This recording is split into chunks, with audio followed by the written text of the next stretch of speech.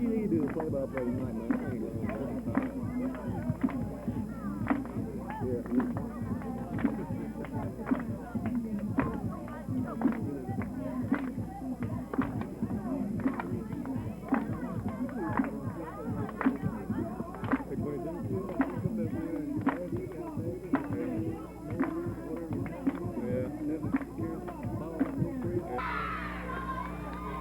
We want to welcome you to the Calhoun Academy football field tonight, where Calhoun Academy will be facing Newton Academy in just a few minutes. The first game of the season and the first home game for the Calhoun Academy Cougars.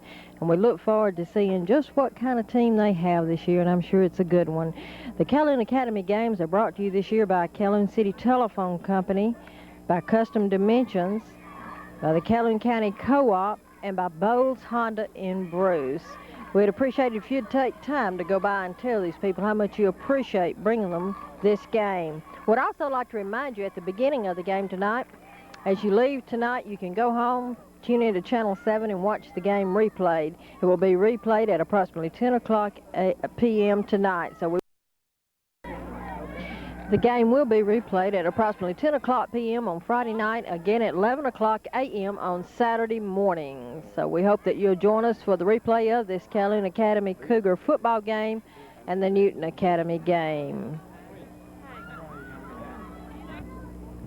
Good evening, everyone, and welcome to Calhoun Academy football field. This is a season opener for Calhoun Academy, as well as our season opener for W07BN television.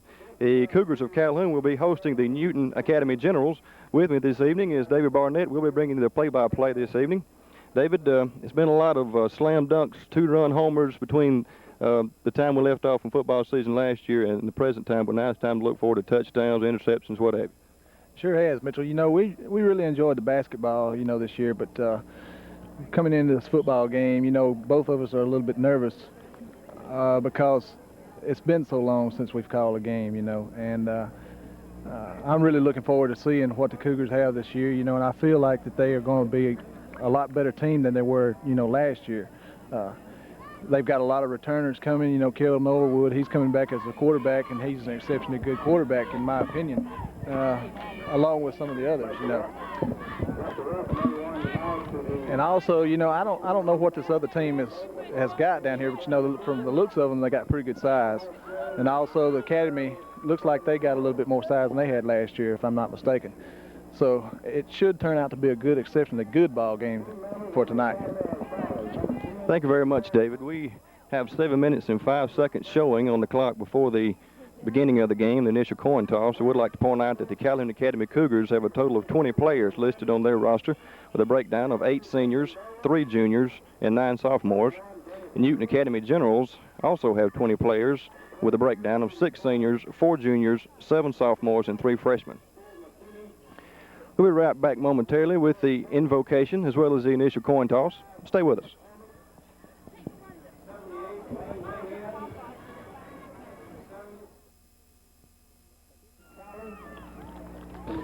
At this time, we would like to go over the total roster for the Calhoun Academy Cougars, being the opening game of the season. Number 10, Kel Norwood's a quarterback, 6 feet tall, 165 pounds. He's a senior. 11, Lee Burnett, quarterback, wingback, 5'7", 145, sophomore.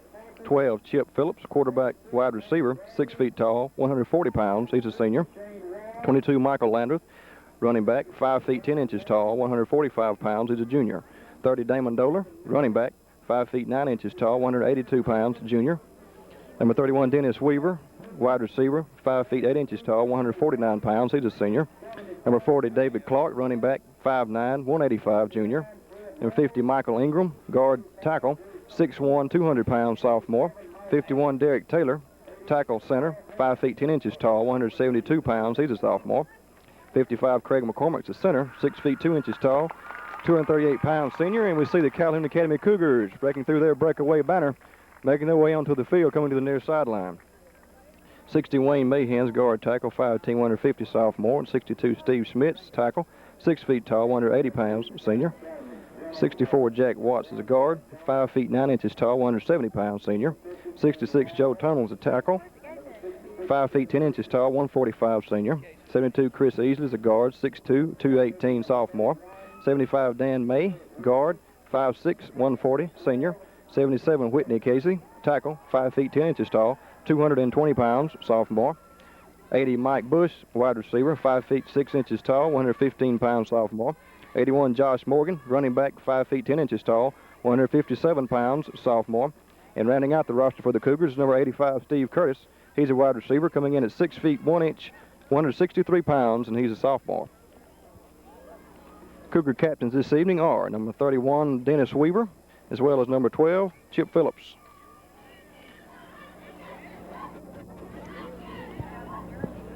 As they are meeting with midfield here with the referee for the initial coin toss, we'll know momentarily who has won the toss. Cougars have won the toss. They've elected to receive.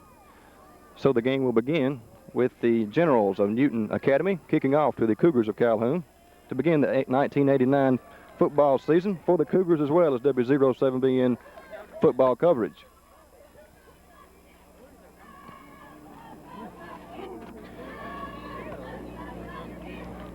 Currently awaiting the arrival of the Generals of Newton Academy onto the field. They'll be coming in from our right, and they'll be breaking through their breakaway banner. Cougars of Calhoun have already made their way onto the field on the near sideline. Gary Winters, head coach for the Calhoun Academy Cougars. Coach for the Generals, Brian Burt and Charles Schaefer.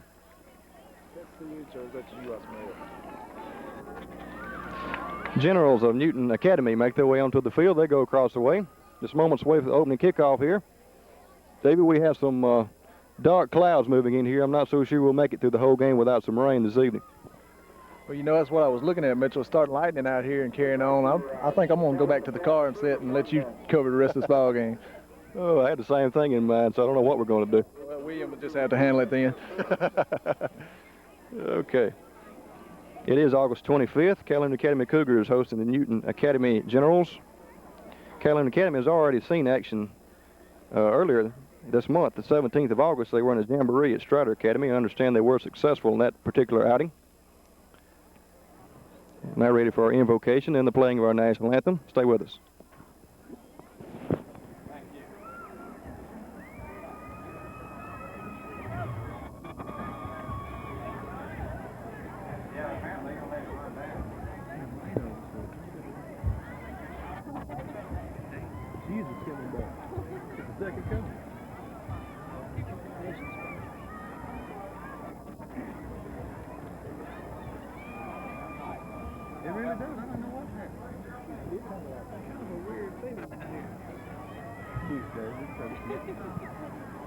David said they did turn the lights on. What? They did. Still awaiting the playing of the national anthem and the invocation, so we can get this one underway. Back deep to receive the kickoff for the Cougars will be number 10, Kel Norwood. Looks like number 22, Michael Landreth, back there as well to receive the deep kick. Taking a look at the other teams in the county, we'll now have our invocation and national anthem.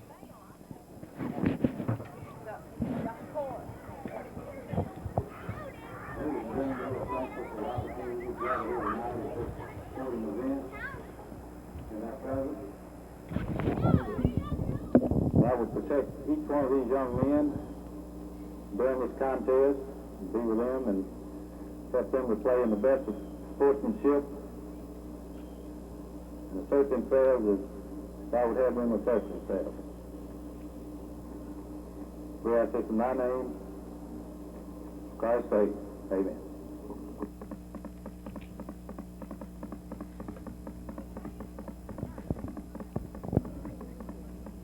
Okay, we're going to have a chorus.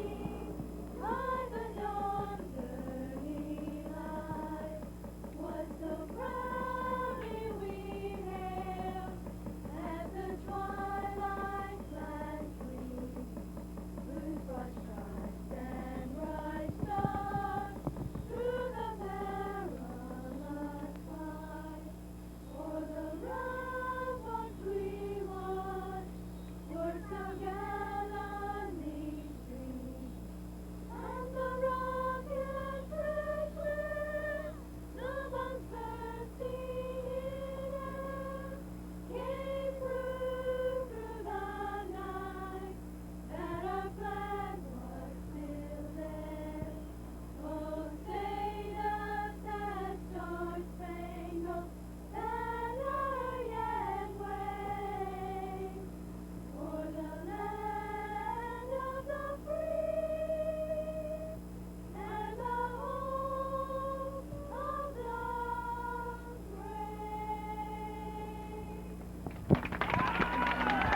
Big cheer going up at the conclusion of the singing of our national anthem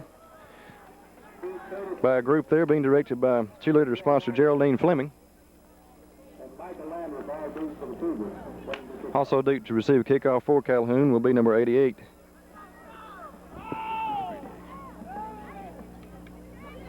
We don't have a listing for in our roster.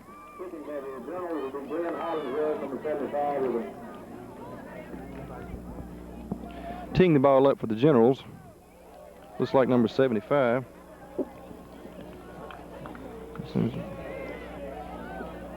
Glenn Hollingsworth, he's a senior, 225 pounds. It's a tackle.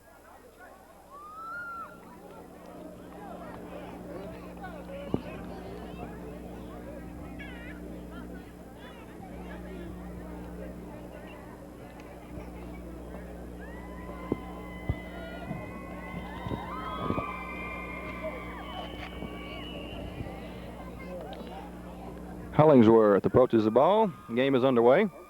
Short kick, relatively short. Coming down to number 88 who covers the ball. Ball will be around the 27-yard line, 26-27. Calhoun's on 26. And that's where the Cougars will put it in play, 1st and 10 from that point.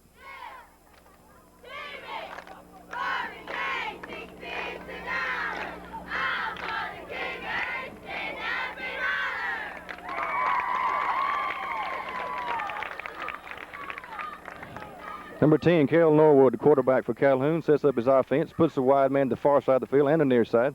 Now puts number 11, Lee Burnett, in motion across the way. It's a Damon Doler with the ball. Good yardage pickup on the carry. Number 30, Damon Doler, gets first down with a few yards to spare. He brought the ball out to around the 43-yard line, Calhoun's own 43. You have a penalty marker down on the play. What does that look like, David? Well, Mitchell, I really don't know. It could have been holding since it's over on the other side there, or either the man come in and illegal in motion. They may have not been set at the time, you know, that they snapped the ball, so it could very well be offsides on them or either illegal motion, one or the other.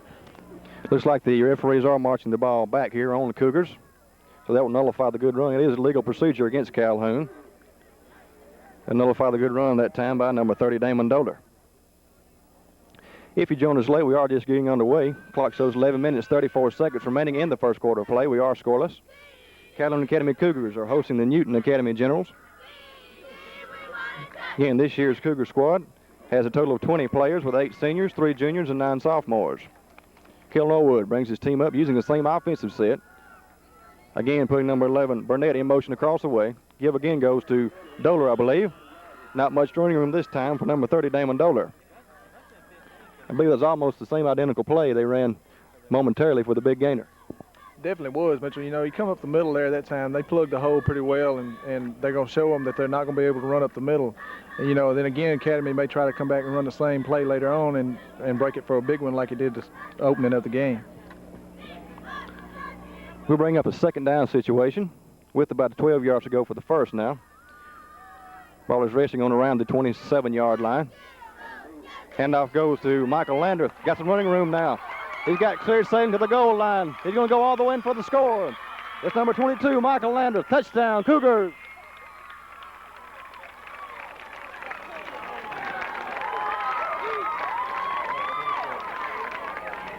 Number 22, Michael Landreth, took the ball for the long TD run on about a 72-yard scamper for Calhoun.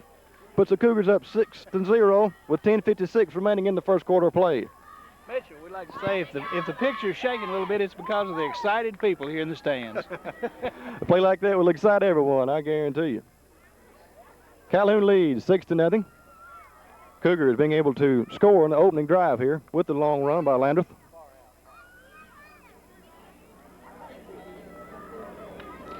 Extra point attempt coming up here by number 31, Dennis Weaver. Hold by number 11, Lee Burnett. Trying to tack on the extra point here. Gets a good snap back. Kick is up, and it's good. Dennis Weaver puts it through the post to give the Cougars a lead, 7-0. 10:56 remaining in the first quarter of play. And here's Ann.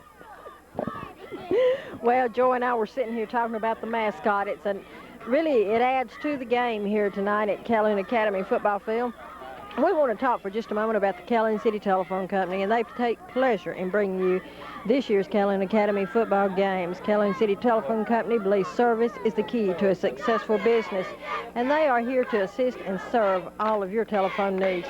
Just call them, and they will do the rest. That's Calhoun City Telephone Company on the square in Calhoun City. Custom Dimensions of Calhoun City would like to wish the Calhoun Academy Cougars the best in the 1989-90 football season. Custom Dimensions is a key industry located in a key community. Who do you think of when you think of Honda? Bose Honda, of course. Years of experience have proved that Jerry Bose and staff know the Honda business. Now is the time to be making plans to buy that new four-wheeler for the hunting season ahead. Bose Honda on the square, or excuse me, south of the square in Bruce. Go by and see Jerry Bose and staff today. Short kick there by Weaver, and he is nailed. 66 Joe Tunnel in on the tackle for the Cougars. The Newton Academy will put the ball in play 1st and 10. They'll be operating from around their own 34, 35-yard line. Clock shows 10 minutes, 48 seconds remaining. We are in the first quarter play. It's Calhoun 7, Newton 0.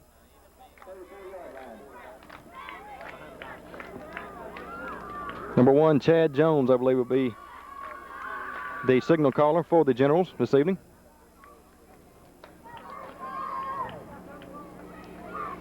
Referee discussing something with the Cougar captain on the field there.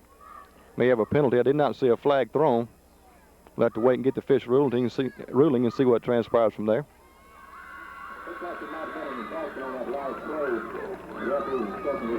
Delay in the game due to the conference with the referee and the Cougar players. Illegal procedure against the Generals, it is declined. It'll be 1st and 10, Newton Academy. They will be operating around from their own 34-yard line.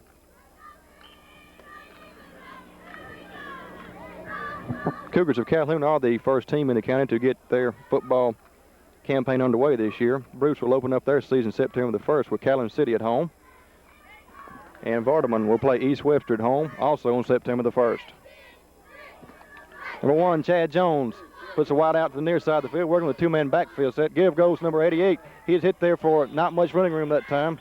88, Paul Hand on the carry for the Generals.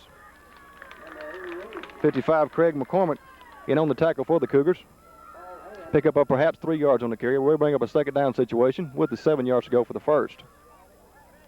Generals will have to get to around the 44-yard line, their own 44, to obtain a first down. 85, Jay Pippin leaving the game offensively for the Generals. Going across the way to the sideline. Newton Academy. Chad Jones sets his offense here. Handoff goes to the first man through. Picks up a couple yards on the carry.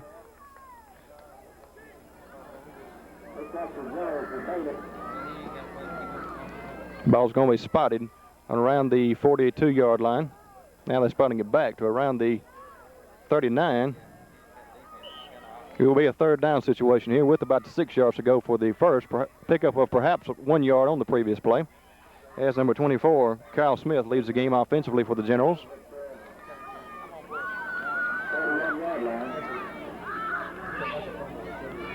Chad Jones sets up his offense, puts the wide out across the way, working with the I formation backfield, two-man set. Flags flying everywhere. I believe there's some offsides there. Legal procedure call. Probably will be working against the Generals. Have to wait and get the official ruling here. Illegal procedure against Newton Academy, as I previously stated.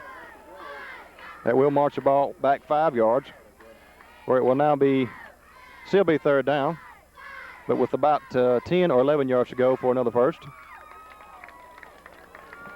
3rd and 11 here. Ball is marked on around the 33-yard line, Newton's own 33.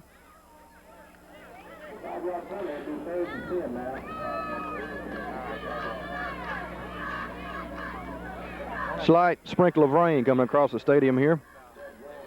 Jones puts a wide out across the way. Quick pitch goes back to number 88, Paul Hand, trying to find somewhere to go. It's hit there and nailed by number 10, Kel Norwood, in on the stop defensively, as well as number 50, Michael Ingram, in there with the stop. Pickup of perhaps 2 yards on the carry. We'll bring up a 4th down situation now with 8 yards to go for the first. Clock shows 9 minutes, 42 seconds remaining in the first quarter. If you joined us late, it's Calhoun 7, Newton 0. Newton in a punting situation. Back to do the punting will be number 50, Shane Wall. Back to receive for the Cougars, Kel Norwood, as well as number 31, Dennis Weaver. Kick is away. Ball takes several general bounces here. It's finally down there by number 23, Shane Jenkins. Cougars of Calhoun will put the ball in play, this time from around their own 25-yard line.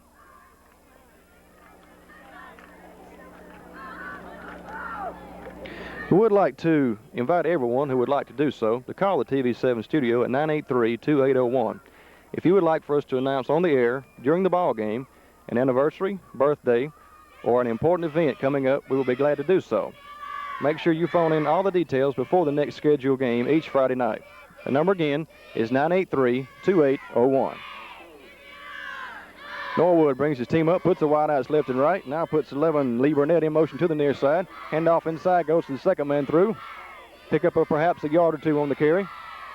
He's stuck up there along the line of scrimmage by number 50, Shane Wall for the Generals. Leave that with 22, Michael Lander for that carry for the Cougars. We'll bring up a 2nd down situation with 8 yards to go for the first. Several fresh players coming in for the Cougars here. Official timeout on the field. As the Cougars come up to the line of scrimmage. Official coming to the near sideline, discussing something now with head coach Gary Winters for the Cougars. David, we've seen the Cougars execute extremely well here in the early going. You definitely have, Mitchell. You know, it's just like I was talking about at the opening of the game. Whenever they run up the middle and got good yards out of it, they come back again and run another play basically the same way and didn't go anywhere.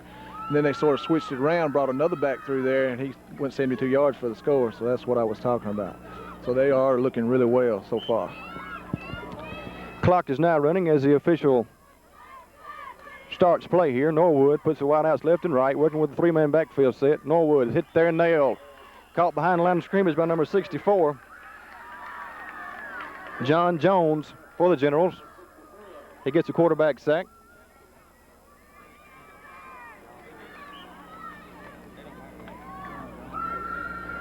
And we'll bring up a 3rd down situation with about 11 yards to go for the first now. Ball looks to be resting around the 25, 26-yard line. Calhoun's on 26. Cougars bring 3 new players in from the sideline. Bring in the play. Number 10, Kel Norwood. John Jones. Norwood puts a wide out across the way. Give goes to Michael Lander, trying to find some room up the middle. Does manage to pick up about 5 or 6 yards on that carry. Sort of the first down, however. A flag down on the play. What does it look like to you, David? I didn't see anything. Mitchell, I really don't have no idea because there was so much going on out there at that time. I couldn't really see where the flag was thrown at. I really don't know because I was watching the running back coming up the middle, you know. So I don't know. It's like a holding call against the Cougars. Penalty is declined by the Generals. They will bring up a 4th down situation for Calhoun now. And they like about 2 or 3 yards to go for the first. They will have to get to around the 36, 37-yard line. 8 minutes, 15 seconds remaining in the first quarter. Again, it's 7 Calhoun, 0 Newton.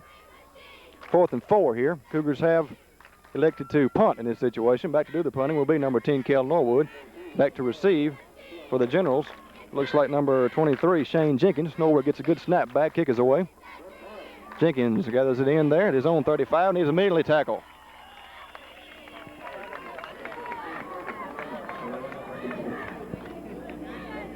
Number 88 in on the stop. We'll try to get his name here shortly.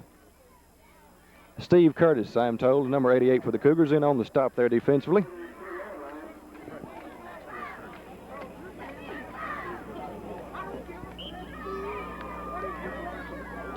Newton Academy Generals will put the ball in play 1st and 10, and we'll be operating now from around their own 33-yard line.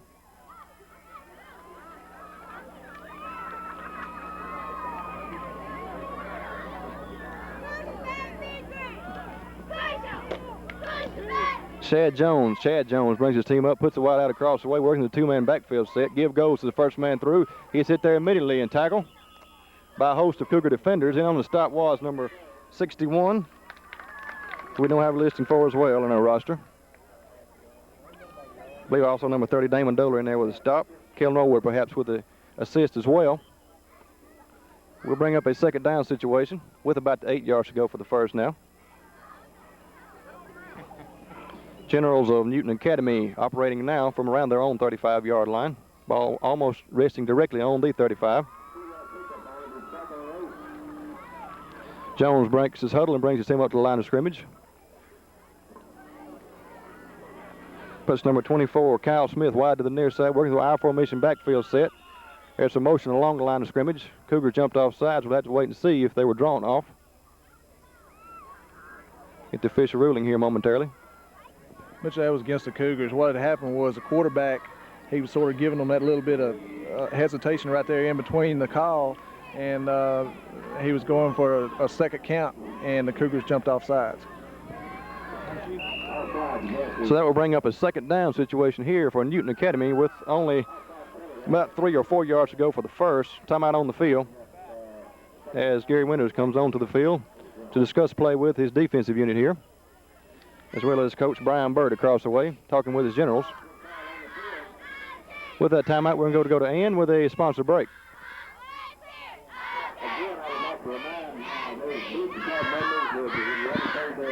Well, if I can get everything situated here, as we said, it looks like rain here tonight, but so far it's held off, and we hope it'll continue through the rest of this game. The Calhoun County Co-op is proud to help bring you the Calhoun Academy Cougar football games this season. The Co-op has become the fashion center for this area, with such names as Lee, Oshkosh, Bugle Boys, and others. You can't go wrong, and your money will last longer when you shop at the Calhoun County Co-op. All new fashions are in stock now, so while the selection is great, go by and visit Gail McKibben and staff at the Calhoun County Co-op, located South Calhoun City. What we do have, as Mitchell said, timeout on the field here at the Cougar field tonight. The score 7-0, Cougars leading. Back to action now as the Newton Academy Generals bring their team up to the line of scrimmage. Both coaches making their way off the field on their respective sidelines.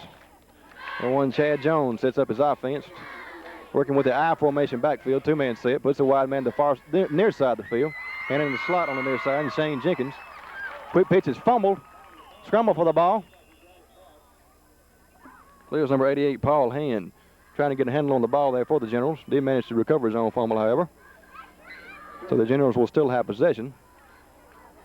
They will now be operating from around their own 40-yard line, directly on the 40, where it will be third down here with about 3 yards to go for the first. 3rd and 3 here for the Generals.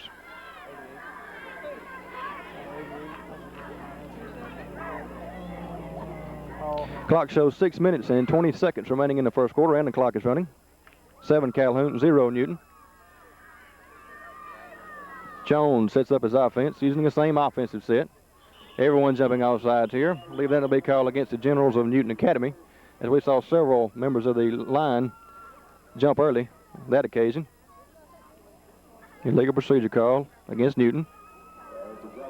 That'll be 5 yards, marched back the other way here. So they'll now be operating from their own 35-yard line, where it will still be third down, but with 8 yards to go now for another first. Number 24, Kyle Smith, coming into the game offensively for the Generals, replacing number 85, Jay Pippin, bringing in the play from the sideline.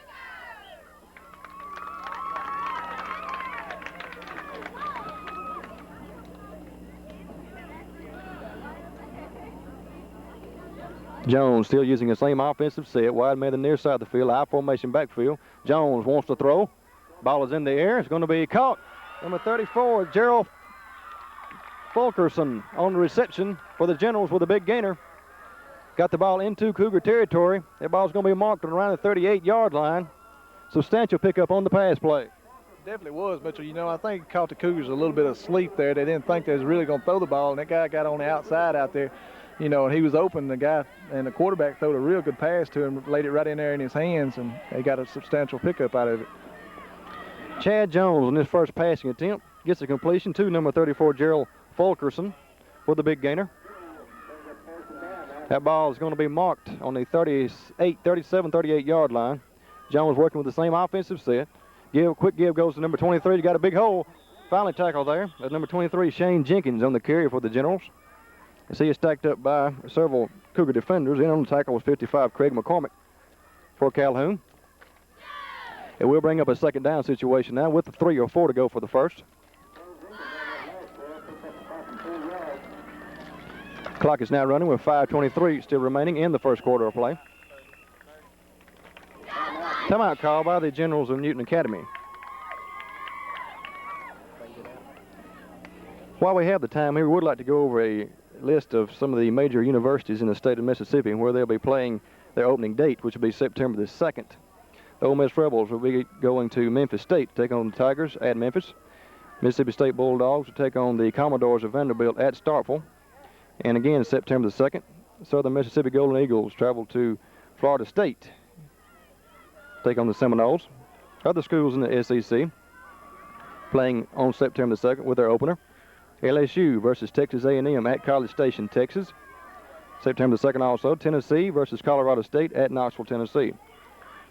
Vanderbilt Commodores, as I mentioned earlier, will be taking on Mississippi State at Starkville. The following Southeastern Conference schools will open their season later on in the month of September. September the 9th, the Kentucky Wildcats take on Indiana at Lexington, Kentucky. Also the 9th of September, Gators of Florida will be taking on the Ole Miss Rebels at Gainesville, Florida.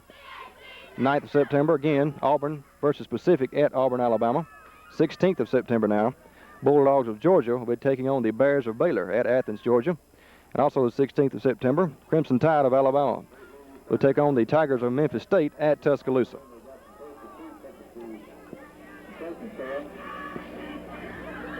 Mitchell, who do you think? Who just between me and you, who do you think in the SEC is going to come out on top this year? Well, in my opinion, it'll be between one or two schools. You probably heard everybody say it. It's going to be LSU or Auburn. I feel like LSU may surprise some folks. Back to action here. Jones quick pitch it back to number 88. Paul Hand is hit there by a host of Cougars for not much running room on the outside sweep. But you know, Mitchell, getting back to the SEC teams, you know, I believe that LSU is probably going to go all the way this year because of one thing. Hodson's coming back, you know, and he's in good health this year. And I feel like if he competes the way he can compete, and if he's healthy, you know, that they're going to be hard to compete with anyway. But if he's in good health, I don't believe anybody can handle him. You know, we had the opportunity to talk to some of the Ole Miss Rebel football players a couple of weeks ago at Meet the Rebels Day at Ole Miss, and I believe you asked one of them who would be the toughest team in the conference, judging from last year's play, and he said LSU by a long shot. Definitely was. You know, Sean Cobbs is the one that said that, and if anybody should know, it should be Cobbs playing that middle linebacker position, well, outside linebacker position, and he knows who can hit the hardest out there, and he's had plenty of experience, and you know, he said it right. LSU would probably be the toughest team that Ole Miss would probably have to face this year. Exactly right. Back to action here. Will be a fourth down situation here for the Newton Academy Generals. 4th and 2. Coming into the game for the Generals, looks like number 64, John Jones, relates the play to number 1, Chad Jones, quarterback. Leaving the game for the Generals, number 24, Kyle Smith, across the way. Clock shows 4 minutes and 7 seconds remaining in the first quarter, and the clock is running. Jones brings his team up on 4th and short. Puts a wide man to the far side of the field. Give goes to number 64, I believe. That is on the carry. John Jones evidently designated himself as a back at a particular time, but he's going to be short, David. He definitely is, Mister. You know, he come around at the end. They thought that they'd put him back here in the backfield. He's strong, you know, on the line, so they put him in the backfield and let him run around through there.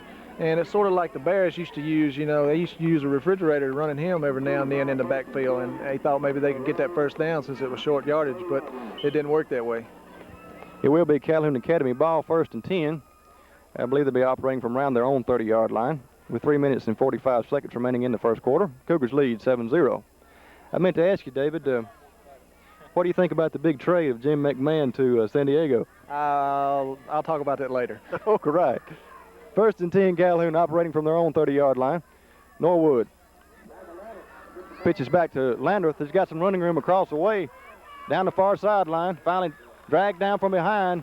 Substantial pickup on the carry. Number 22, Michael Landreth.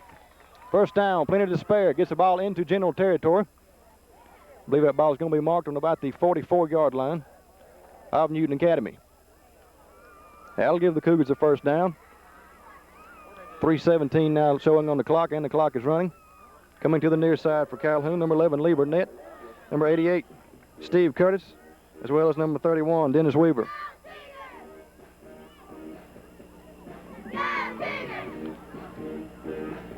First and 10 Cougars. Norwood using a wide man to the left and right. Rolling to his right. Wants to throw with the ball. Going to run it now. Going down the near sideline. Substantial pickup on the carry. Nice run. Number 10, Kel Norwood. A little temper flaring there as he thought Mark Sorey, number 10 for the Generals, might have had his face mask on that time. It looked real close to a face mask to me, Mitchell. You know, Kel come around the end like that, and he was running the ball real well. And right there, as he was going down, it looked like the guy on the Generals team over here. It looks like he did have his hand on the face mask, but the referee was over on the other side, and he really couldn't get a good view of it. In any event, it'll be first and 10 Cougars, and I'll be operating from Newton territory on about the 30-yard line. Norwood puts a wide out across the way, working with a three-man backfield set. Give goes number 11, Lee Burnett. He does manage to pick up 2 or 3 yards on the carry, maybe 4. Nice run that time by Burnett. Call it 5. Second down now. We'll call it 5 yards to go for the first. Coming to the near sideline for the Cougars is number 31, Dennis Weaver. Coming in for Calhoun, Chip Phillips. Number 80, Mike Bush. 81, Josh Morgan. Lee Burnett coming to the near sideline, as well as number 88, Steve Curtis. Cougars continuously replacing 3 players. Norwood sets up his offense. Rolls to his left this time. Trying to find somewhere to run it to. Across the way, he is knocked out of bounds. You know, Mitchell, we need to give the devil where his due is. You know, the Generals that time showed good pursuit on that defensive end over there. You have to give him the credit for not letting Kel get around the end. When he comes around this end over here, you know, he got around that end a while ago and he made good yardage. But that time on the other side, the defensive end on that side sort of slowed him up enough to let the cornerback come up and tackle him. And we'll bring up a second down situation here. We'll call it 7 yards to go for the third down. 3rd and 7 now. Ball is racing on around the 27-yard line, 26-27 of Newton. Calhoun Academy in possession. Puts the wideouts left and right, working with the 3-man backfield set. Norwood drops straight back. Wants to throw. Throws over the middle. Pass is incomplete. That was intended for number 31, Dennis Weaver. Ball falls to the ground incomplete. So we'll bring up a 4th down situation now. Again with the 7 yards to go for the first. Punting situation for the Cougars.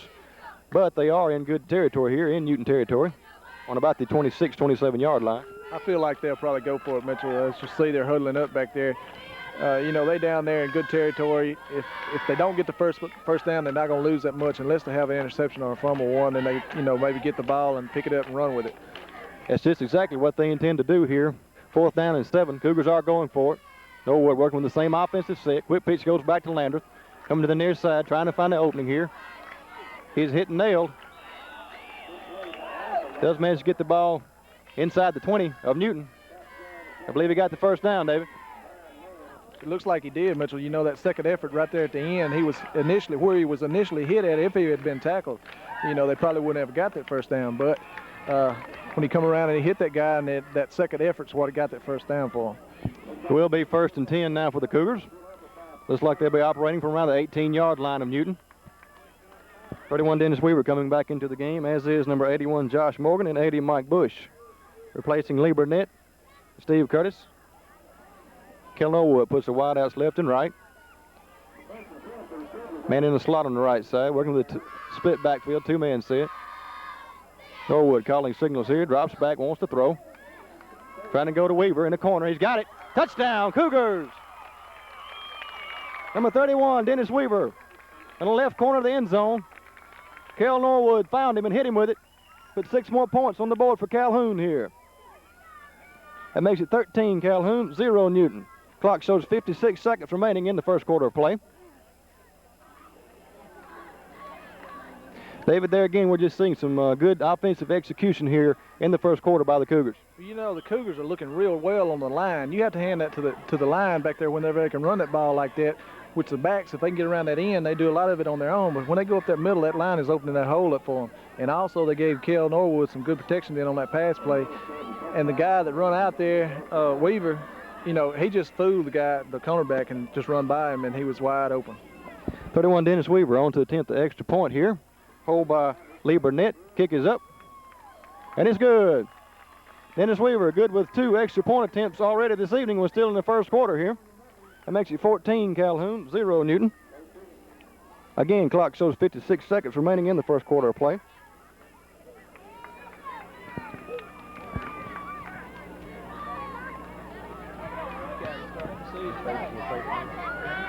We'll be right back momentarily with the kickoff. Stay with us.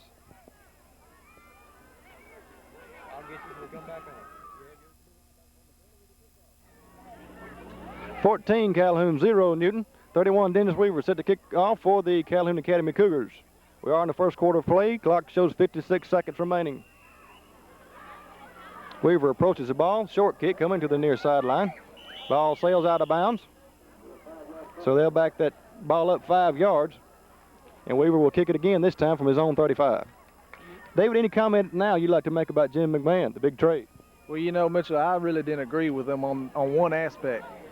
It's because Jim, he led them in 2 Super Bowls, you know, okay, in 2 championship games. And then all of a sudden, he has a bad year and he gets hurt, you know, he's on disabled list for a while.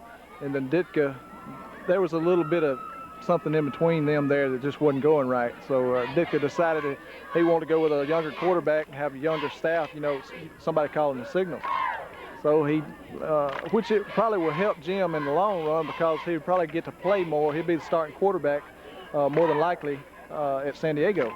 And, you know, I feel good toward Jim going to San Diego, but I hated to see him go. I thought Jim McMahon's an outstanding quarterback. You know, he stayed hurt a lot, but that's not necessarily his fault. You know, a lot of times he didn't get the protection he needed to get the pass off or what have you.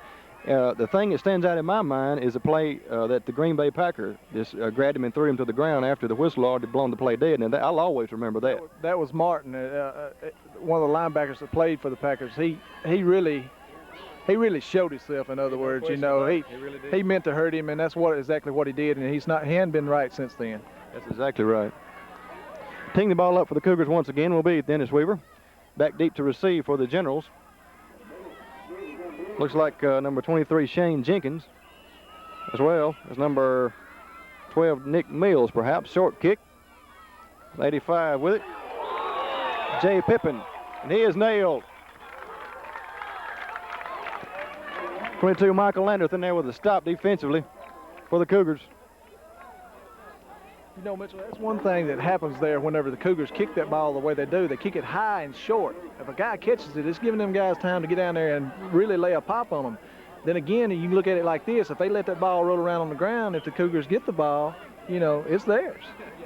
That's exactly right. There may be some good strategy on the part of Calhoun on the kicking game here, on the kickoffs. But it could also work against them if, you know, they get in good field position like they are now, and if they can break something loose in that Cougar defense, they could very well score from where they're at. Exactly right. Newton will have the ball 1st and 10, and we'll be operating from their own 44-yard line. As Chad Jones brings his team up to the line of scrimmage, working with the same offensive set, puts the wide out the near side. Man in the slot on the near side, and Shane Jenkins working with split backfield this time, 2-man set. Give goes number 88, Paul Hand. Manages to pick up about 3 or 4 yards on the carry. Penalty marker down. Hand a little slow about getting up here. You know, Mitchell, there's one guy that come up in there that time and hit him in the back. It looked like it's probably going to be a spearing call more than likely because it was a sort of a late hit. And that's more or less what the boy is hurting at right now is his back. If that is the penalty call, it will be a 15-yarder marched off against Calhoun here. We'll have to wait and get the official ruling as number 88, Paul Hand, is still down on the field being attended to here by coaches Brian Burt and Charles Schaefer from Newton Academy. Also Coach Gary Winters on the field from the Cougars. We'll be right back momentarily. Stay with us.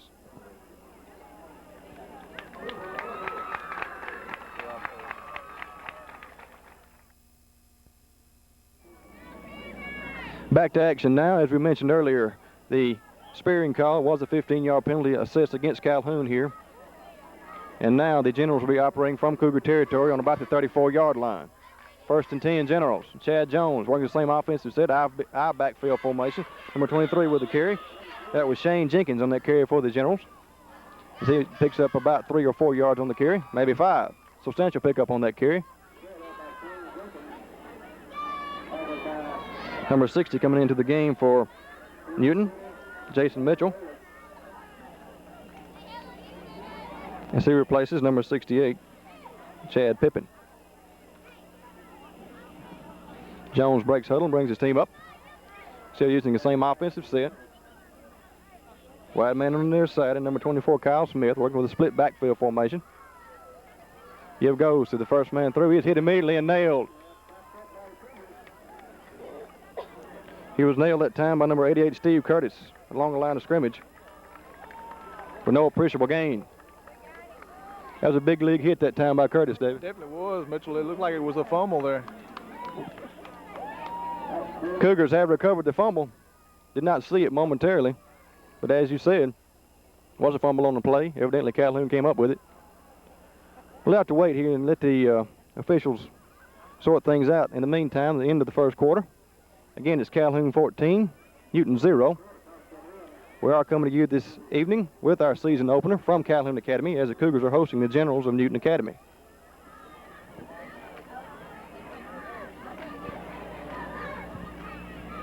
Here's Ann with a sponsor timeout. Okay, Mitchell, we would like to remind the viewers, the sponsors that are bringing you this year's Calhoun Academy football games. They are Calhoun City Telephone Company, Customs Dimension in Calhoun City, Calhoun County Co-op, and Bowes Honda from Bruce.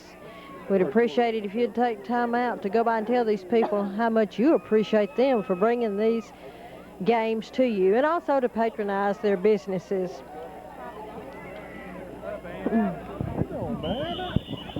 We begin the second quarter of play with the Cougars in possession. Handoff inside that time, I believe, went to 22, Michael Landreth. Small yardage pick up on the play. As Steve Curtis, as well as number 12, Chip Phillips, entered the game, along with Lee Burnett. Number 80, Mike Bush, coming to the near sideline, as well as Josh Morgan for the Cougars. Lost on a previous play of 1 yard. It will be a second down situation here with 11 yards to go for the first.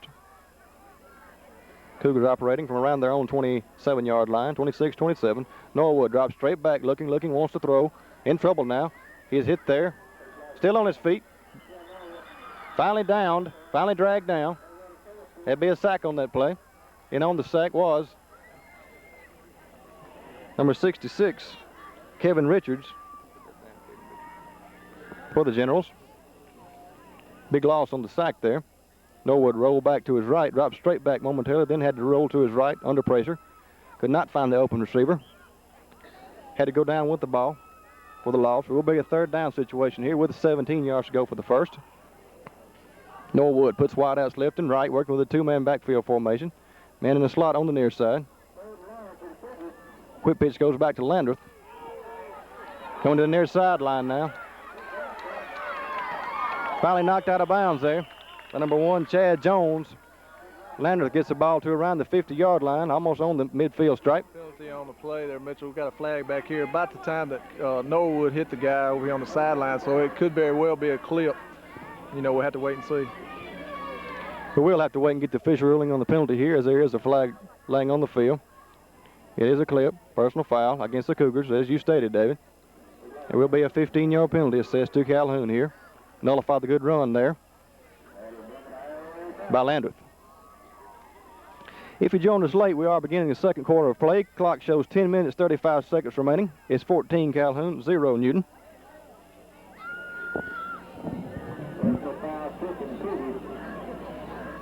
Cougars will now be operating from around their own 31-yard line, where it will be third down here. And about the 8 yards to go for the first. Coming into the game for the Cougars looks like number 80, Mike Bush.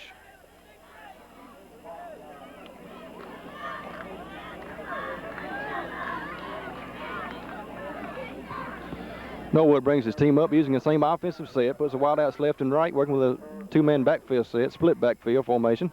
Man in the wing on the right side. Norwood airs it out, going for the home run. Got number 12, overshot him. That was Chip Phillips, who was the intended pass receiver. Norwood overshot Phillips, could not make the connection. So that will bring up a 4th down here, with again the 8 yards to go for the first, between 7 and 8. Ball is resting around the 30-yard line. Cougars on 30, call it 31 now. 4th and 8 now for Calhoun. Back to punt for the Cougars is number 10, Kel Norwood. Back to receive for the Generals, number 23, Shane Jenkins, as well as number 10, Mark Sorey. Norwood puts his foot in it. Takes several Cougar bounces here. He's finally retrieved by number 23, Shane Jenkins.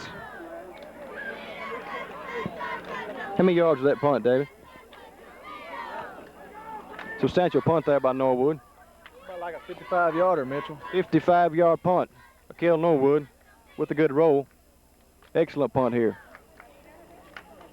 That will give the Generals a ball 1st and 10. They will be operating from around their own 20-yard line. Between the 19 and the 20.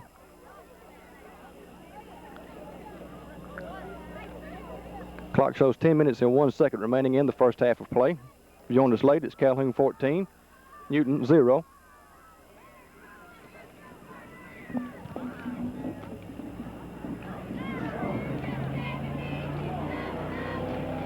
Number 1, Chad Jones sets up his offense here for the Generals using the same offensive set. Quick pitch goes back to Paul Hand.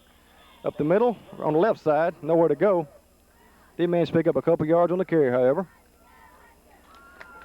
Call it a yard. We'll bring up a 2nd down situation. We'll call it 9 now to go for the first. Call it 2. 2nd and 8.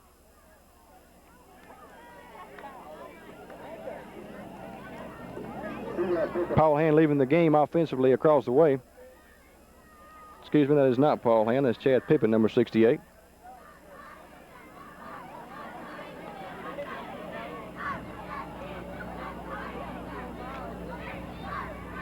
Cougars using a 5-man defensive front. Looks like a 3-man linebacker set. This is Jones with a carry himself. Chad Jones, the quarterback for the Generals. Up near the 1st down marker. I believe he got the first, David. He had to get the ball to the 30-yard line. I believe he made it. Yes, he made it, Mitchell. You know, it was a good run there, too. Looked like it was sort of a little bit of confusion back there. I don't know if that play was originally set up to be run that way. The quarterback looked like he was trying to hand the ball off and then turned and ran with it. I don't know. It could have been a little bit of confusion there, but either way, it worked for him. 1st and 10 here for Newton Academy. We'll be operating from their own 30-yard line. Number 60, Jason Mitchell, leads the game offensively for the Generals. As number 1, Chad Jones brings his team up to the line of scrimmage. Puts a wide out across the way, working with a 2-man backfield set, split backfield. Quick pitch goes back to Hand on the near side, trying to find somewhere to go. Is hit and nailed by a host of Cougar defenders. Good pursuit by the Cougars. It definitely was, Mitchell. You know, it's just like we was talking about the Generals a while ago and the pursuit that they had. You come back over on the Cougars defense, and Cougars defense has done real well tonight. You know, holding these guys with just very little yardage. They try to run around the end. You know, they can't go around the end. They've tried to pass the ball. They can't pass it. They try to run up the middle. You know, the Cougars are doing everything right so far tonight, all except for the penalties. The penalties is hurting them a little bit. If it hadn't been for these penalties, you know, that score up there could probably very well be 21 or more, you know, to nothing. Anytime you see 3 or 4 people gang tackling like that, you know there's good pursuit across the defensive line of scrimmage, too. It definitely is. Offsides here. Flags flying everywhere. Cougars jumping off sides. We'll have to wait and see if they were drawn off sides by the offensive line of Newton Academy. Official ruling coming up here. Illegal procedure against the Generals of Newton Academy. That'll march the ball back 5 yards. And it'll still be 2nd down, but with about 13 yards to go for another first here. Generals have to move the ball to their own 40-yard line to obtain another 1st down. You know, that quarterback was so good in that call that time, Mitchell, you know, sort of hesitating on that second, when he comes down, you know, on the second hood or whatever it is he's calling out there. He did so well then, he even messed his own players up. Exactly right. Clock shows 7 minutes, 55 seconds remaining in the first half. As Chad Jones brings his Generals up to the line of scrimmage. Puts a wide out across the way on the far side, working the I formation backfield, two-man set. Quick pitch goes back to hand, trying to find somewhere to go. Is nailed. And on the stop was number 51, Derek Taylor for the Cougars. You know, Mitchell, Noah Wood, really, he's the one that went through there and hit that guy that time. He sort of blitzed through, and about the time that the quarterback pitched the ball back to the guy, Noah was right in his face, and he had to go somewhere, and where he went was down. We'll bring up a second down situation here with about 13 yards to go for the first. We are in the second quarter of play. We got another penalty flag down out there. Got to wait and see what this one's all about. I believe yardage is being marked off here against Newton Academy once again. David, we've seen that penalty change hands here. It was against the Cougars on several occasions. Now we've seen penalties being called against Newton several times. You're exactly right, Mitchell, and that's one thing that the Generals really don't need at this point. It's because they're down 14 points, and these penalties really are hurting them because they're not gaining any kind of yardage against the Cougars. One thing the Cougars need to keep in mind, too, is whenever they go into the field house at halftime, keep up on these boys. Don't think that you got this ball game won, because they very well can come back and come out here and really be hustling. Second down now with about 23 yards to go for the first. Jones calling signals here for the Generals. Referee stops the play before it ever develops. Penalty markers down. Once again, could be offsides call or delay of game. We'll have to wait and get the official ruling on the penalty. It's going to be offsides on the Cougars this time, Mitchell. The defensive end on this side jumped across the line. I don't know. It's in high school here. I believe if you jump across the line, you really haven't got to make contact. But if you jump across the line, you're offsides. Is that right? I think that's correct. It was like that when I was playing here anyway, put it like that. It may have changed. That was in the dark ages. That may have changed since then. That wasn't but like 50 years ago, but I understand that. They didn't even have goal posts back then. You can't talk, buddy. You was playing at the same time I was. Only a different school. Second down, 18 now, with the penalty being assessed against the Cougars. Jones rolls to his left. He's going to carry it himself, trying to get across that end. Not much running room that time for number one, Chad Jones, as he decided to take the ball himself, get all he could out of it. Mitchell, we was talking about that, back when I was playing, we didn't even have no lights. We had to play in daylight, or either we'd have to wait till the next day to finish the game if it got dark. Yeah, back when you were playing, they had those leather helmets too, didn't they, with no face mask or anything in that? Well, it wasn't quite back that far. We had a little metal up in top of the helmets. We didn't have none of these Rydell helmets or anything when I first started. But I got some of the worst headaches with those kind of helmets too, believe me. Tell me about it. I know exactly what you're talking about. We did have lights, by the way. Third and 18 here for the Generals. Short pass is complete, but for no gainer. Chad Jones dropped back to throw. I believe he hit number 10, Mark Sorey, with that short reception. No gainer on the play. We'll bring up a fourth down situation here with about 18 yards to go for the first. Coming into the game defensively for the Cougars, number 78, who we don't have a listing for, or haven't found it as of yet. Leaving the game for Calhoun, number 51, Derek Taylor. Fourth and 18 punting situation here for the Generals. Back to do the punting for Newton will be Shane Wall. Timeout call by Newton Academy. Mitchell, I know these boys out here, they enjoy this football and all, but when they get a little bit older, such as you, as myself and you, it seems to be hurting you a little bit as older you get. I sort of wish I had never played, because, man, I get up in the morning, sometimes I can't hardly move. I guess that shows old age, too. Well, it seems that the younger the player, the quicker they can get over an injury or get over something like the soreness of a football game. If I were to try to play now and the shape I'm in, I don't know how long it would take me to get over it. I'd probably have to be hospitalized, I imagine. Well, more than likely, the first time I got hit, they'd probably have to carry me off the field, carry me on to the hospital right then. 6:51 remaining in the first half. Again, it's Calhoun 14, Newton 0. We'll be right back momentarily. Stay with us.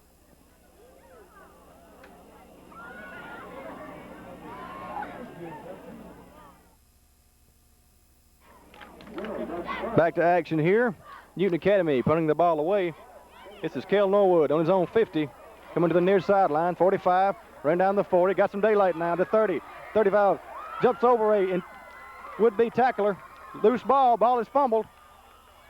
Let's see who recovered here. Nice return that time by number 10, Cal Norwood. Newton Academy Generals have recovered the fumble.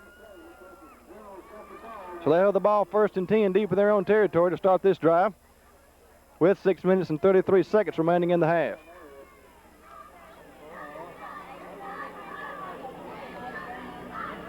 Today we were talking a little bit about the college prospects this year in the Southeastern Conference. We mentioned LSU and Auburn being a powerhouse, as usual, both of them powerhouses.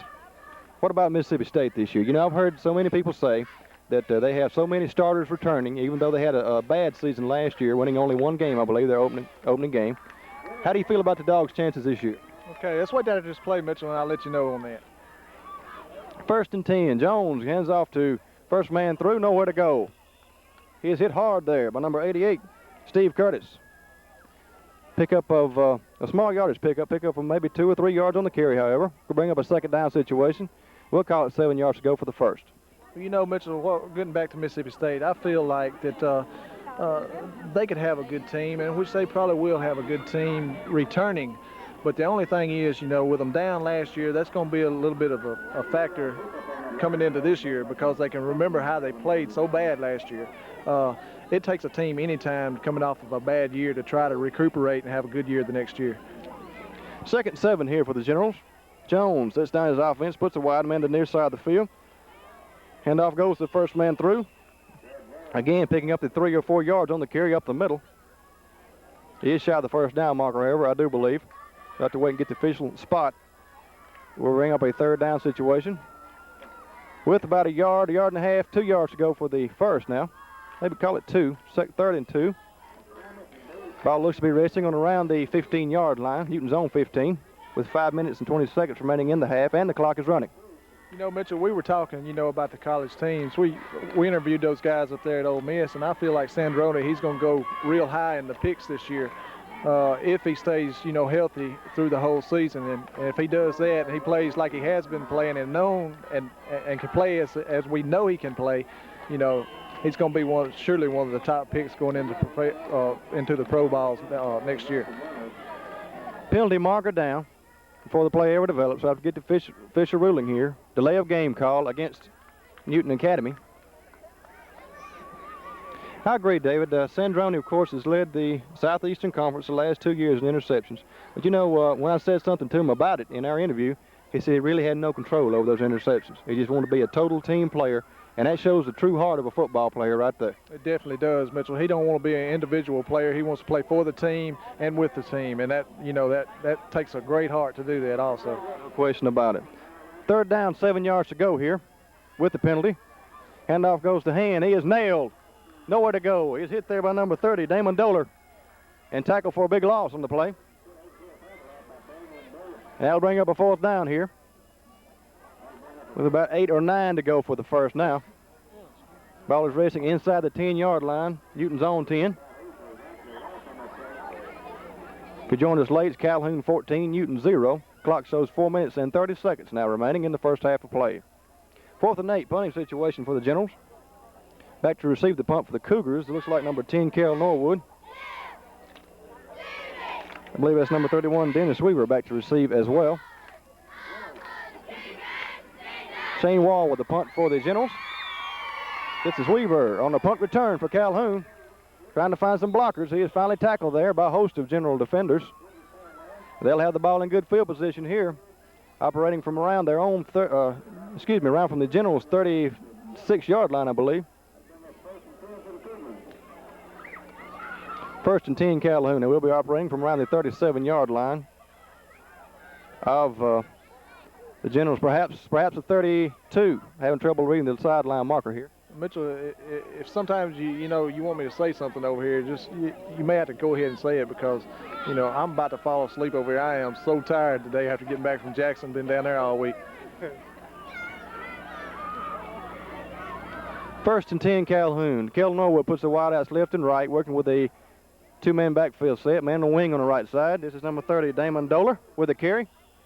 Substantial pickup on that carry by Doler as he's brought down by a host of General defenders. Pickup of about 5 yards on the carry. But we'll call it second down and 5 now. As number 11, Lee Burnett, enters the game for the Cougars, replacing number 81, Josh Morgan. Second 5 here for Calhoun. I know what you mean, David. I was tired coming to the game this evening, too. I've been washing potatoes all day today. I know you tired. Second 5 here for Calhoun. Norwood puts the wideouts left and right, working with a split backfield formation. This is number 30, Damon Doler, once again. He bulls his way for about 2 or 3 yards on the carry, I believe. There's a lot of people out there that don't know about them sweet potatoes. I tell you what, it's a job in anything you do in sweet potatoes. There's no question about it. It's all work.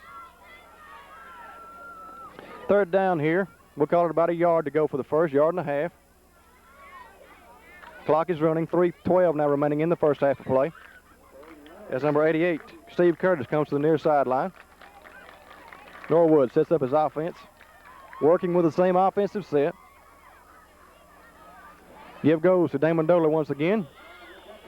I believe he got the first down as he bulled his way in there for 2 or 3 yards on the carry. Cougars had to get to about the 22-yard line of Newton Academy for the first down.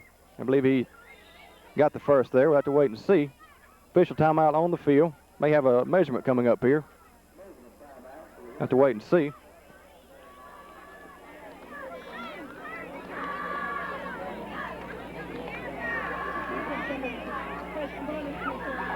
Chain gang is now coming onto the field to see if the Cougars have run the first down.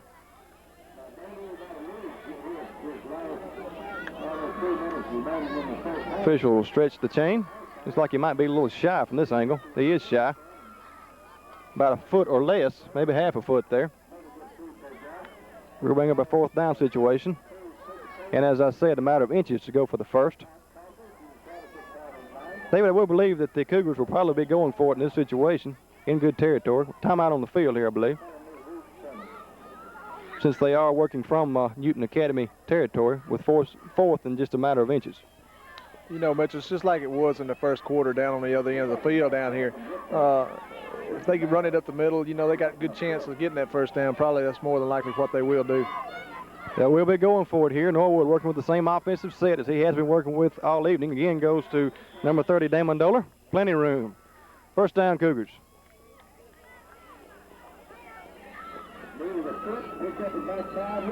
Substantial pickup on that carry. It moves the ball to around the 15-yard line, between the 15 and the 16 of Newton Academy. Cougars will have the ball in great shape here. First and 10 from around the 16-yard line, probably 17 now, of Newton.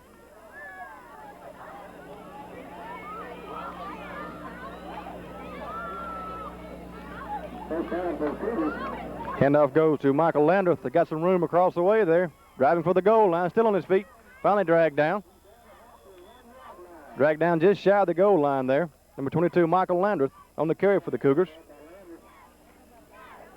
David, a lot of that was just individual effort that time by Landreth. It definitely was, Mitchell. You know, after he got past that line, it's usually all the back. After he gets past the line of scrimmage, the running back that's carrying the ball, he's the one that's got to pick that hole. He's the one that's got to dodge those people out there. And if he has to, you know, he get that second effort, just like he did then, and he gains, you know, another 3 or 4 yards.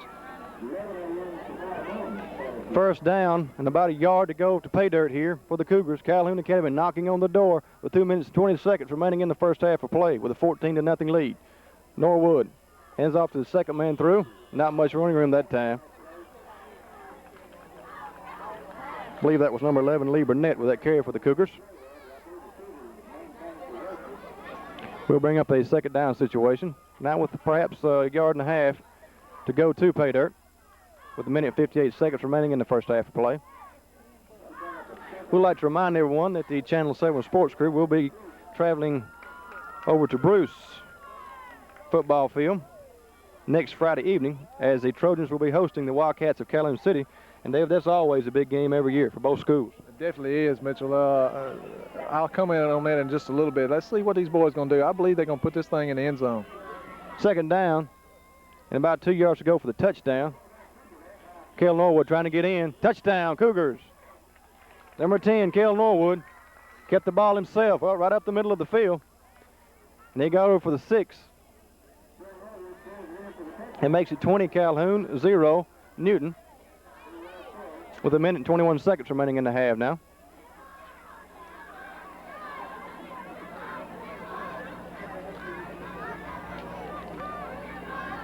On to attempt the extra point for the Cougars will be number 31, Dennis Weaver. Hold by number 11, Lee Burnett. Weaver is good with both extra point attempts this evening thus far. Excuse me. Number 11, Lee Burnett will be attempting the extra point here. Weaver with the hold. Snap is down, hold is up, kick is good. Number 11, Lee Burnett puts it to the uprights to give the Cougars a 21-0 lead now. Cougars successful after each touchdown this evening with their extra point attempts. Clock shows 1 minute, 21 seconds remaining in the first half of play. We'll be right back momentarily. Stay with us. All right. Well, we talked about Chicago played that night. I was supposed to tell you that. I want to see what that. Back to action now is number 11, Lee Burnett, set to kick off for Calhoun. Kick is away, going right down the middle of the field. Hand lets it bounce off his shoulder pad.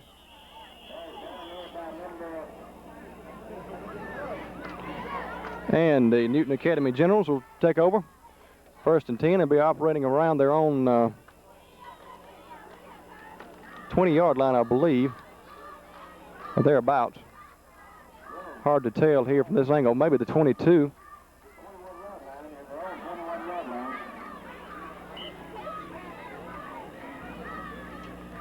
Newton Academy Generals take over 1st and 10 from their own 22-yard line. 78 entering the game for the Cougars. We don't have a listing for on their roster, I'm sorry to say.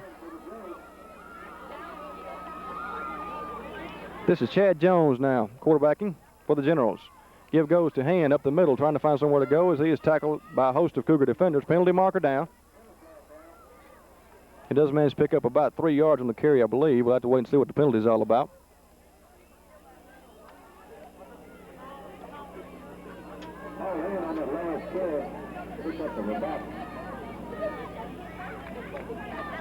Referee is discussing a penalty here, trying to sort things out, delaying the game.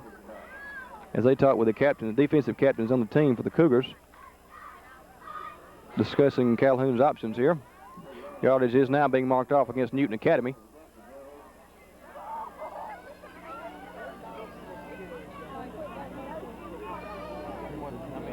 He'll still be first down here, but what looks to be about 14 or 15 yards, probably 15 to go for another first. Newton will be operating from their own 15-yard line or thereabouts. Clock shows 1 minute, 5 seconds remaining in the first half of play.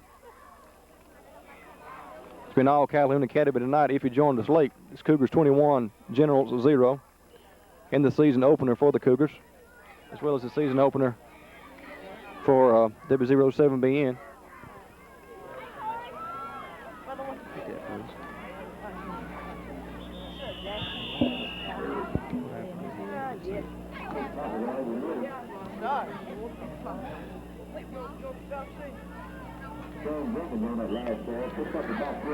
Pick up of about 3 yards on the previous play there. We'll bring up a second down situation with 12, 13 yards to go for the first. Clock is running now with 41 seconds remaining in the first half of play.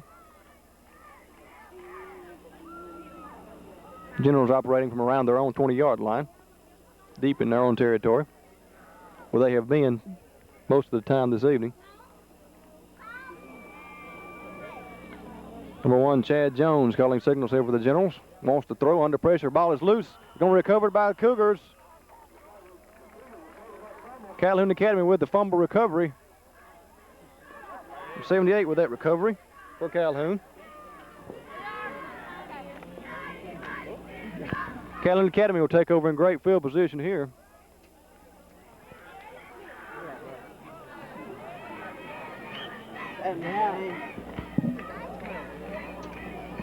Cougars with the opportunity to put more points on the board before they go in at the halftime with 19 seconds remaining.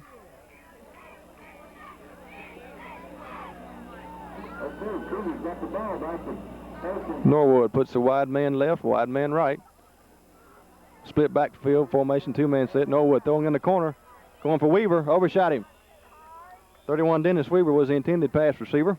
Norwood led him a little too far that time in the corner of the end zone. Weaver was open momentarily, however. Ball falls incomplete. We'll bring up a second down situation now. And again, with 10 yards to go for the first. Clock shows 13 seconds remaining in the first half now.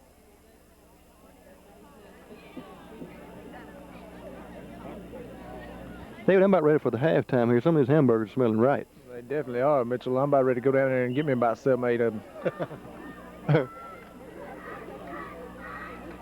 At Williams' expense. At Williams' expense, no question about it.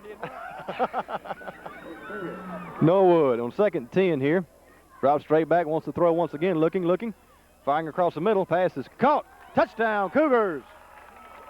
That was number 12, Chip Phillips, with the reception. I don't hear nothing.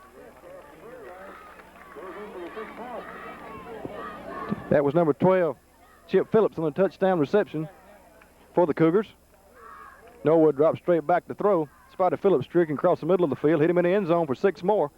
That makes it 27 Calhoun, 0 Newton Academy. 7 ticks on the clock remaining in the first half of play now.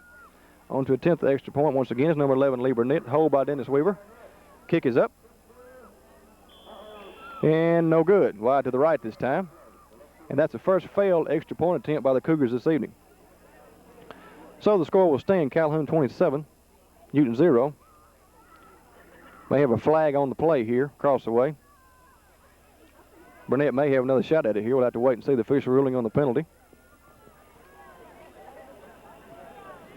Penalty is called against the Generals of Newton. So the Cougars will have another shot at the extra point here.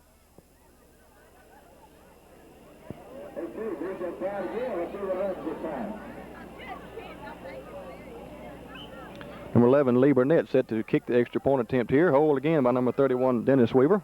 Weaver gets a good snap back. Kick is up. And it's no good, wide to the left this time. No penalty flags down. So the score will stand 27-0. Calhoun with the lead. 7 seconds remaining in the first half of play.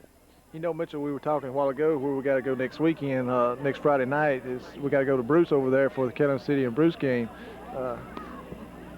That game is always tough. It's hard to predict of either team winning the game. And last year Bruce won, of course, you know, and it was a real close ball game from what I can understand. I didn't go see it last year. I've seen most of all of Calhoun City's games, you know, at home last year. But Calhoun City has got a lot of their starters returning this year. They didn't have that many to graduate off the team. I believe I know they've got the quarterback returning, and a few other players. Like I think maybe 1 or 2 of their running backs is coming back also. Number 11, Lee Burnett kicking off for the Cougars. Kick goes down to number 10, Mark Sorey, on the return for the Generals, right in the middle of the field. Nice return that time by Sorey. So he gets the ball out over his own 45-yard line to about the 46. And that's where Newton Academy will put the ball in play, 1st and 10. Sorry, a little slow about getting up here. He's on his feet now. He's all right. And that's the end of the first half of play. Again, it's Calhoun 27, Newton 0. We'll have some unofficial first half statistics ready for you momentarily. Right now, here's Ann. Thank you, Mitchell, and a good game here tonight for Calhoun Academy Cougars. And it's brought to you by the following sponsors: Bowes, Honda of Bruce. When do you think of a Honda? And when you do think of it, who do you think of? Bowes Honda. Years of experience have proved that Jerry Bowes and his staff know the Honda business. Now is the time to be making plans to buy that new four-wheeler for the hunting season ahead. And Jerry Bowes would like to invite you to come by the Honda shop and let him show you the latest models and four-wheelers. It's also brought to you by Custom Dimensions of Calhoun City. Custom Dimensions is proud to be a sponsor of Calhoun Academy football this season. Custom Dimensions is a key industry serving a key community. And the Calhoun County Co-op is proud to help bring you the Calhoun Academy Cougar football games this year. The Co-op has been the fashion center for this area over the past few months. They carry such name brands as Lee, Oshkosh, Bugle Boy, and others. I don't know anything. You can't go wrong, and the money that you save It's worth all the time you spend to visit the co-op here in Calhoun County. All new fall fashions are now arriving daily, and they'd like to invite you to come by the co-op in Calhoun City for the latest in fashion wear. Calhoun City Telephone Company takes pride in bringing you the Calhoun Academy football games. Calhoun City Telephone Company believes that service is the key to a successful business, and they are here to serve you with all your telephone needs. Just call them and they will do the rest. Call the Calhoun City Telephone Company or go by and see them on the square in Calhoun City.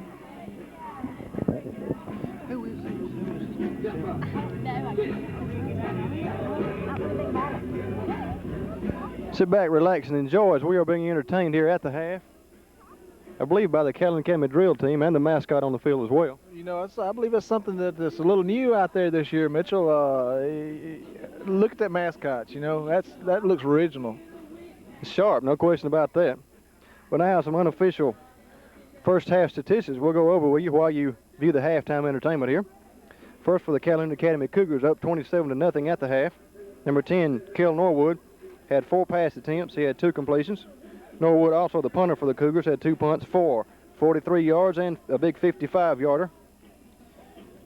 Dennis Weaver, kicker for the Cougars, had 2 extra point attempts. He was good with both. Lee Burnett had 2 attempts as well. He was good with one of them.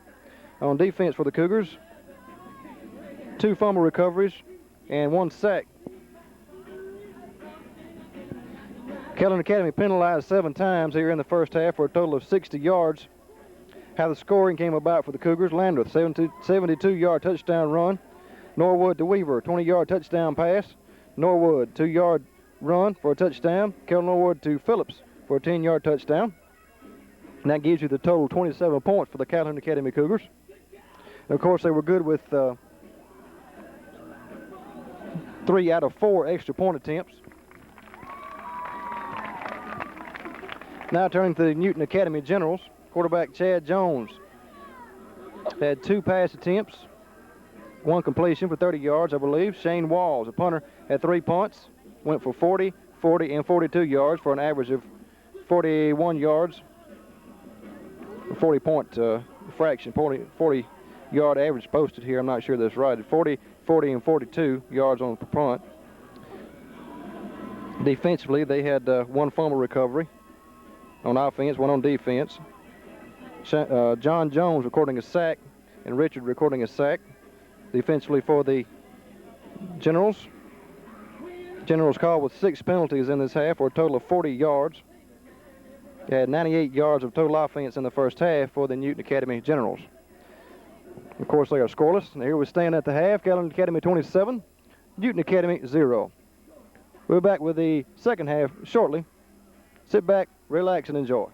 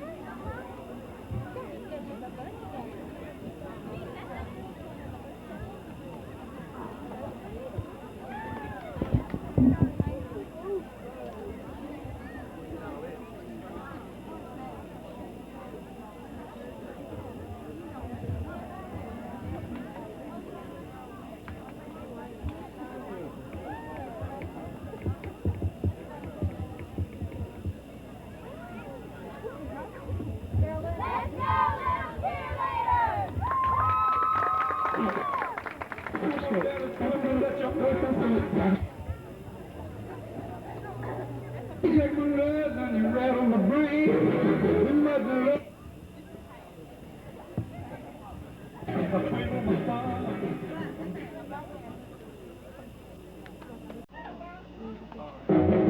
shake my nerves when you rattle my brain. You must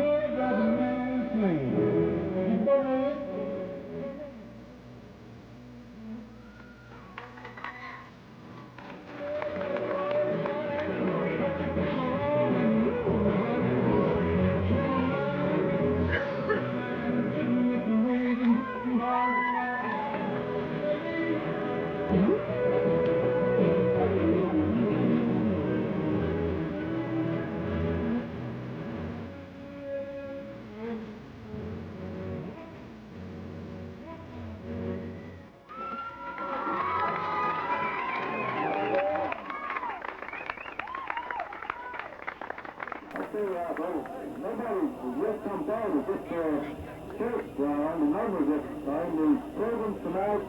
I understand we did have one in the first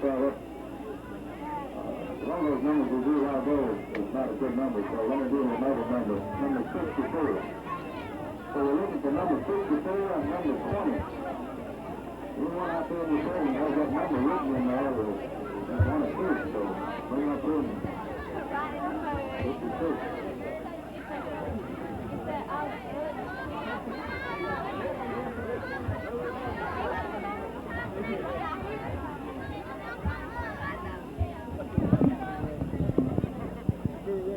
We invite you to be sure and stay with us. We'll be back with the second half of this ball game right after some words from our sponsors. Stay with us.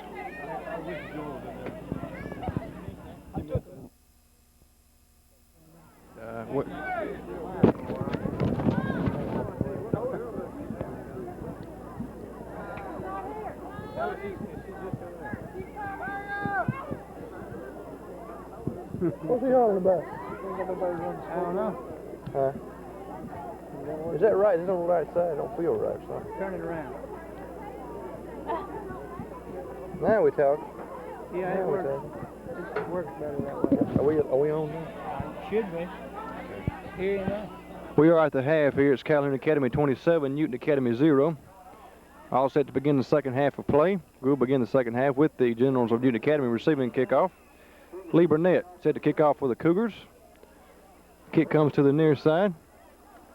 Number 1 receives the kick. Chad Jones for the Generals immediately runs out of bounds. So Newton Academy will start the second half of play, 1st and 10 from inside their own 30. Game thus far has been controlled offensively by the Calhoun Academy Cougars, putting on a fireworks display this evening, with touchdowns through the air and on the ground as well. Long runs, short runs, and touchdown passes.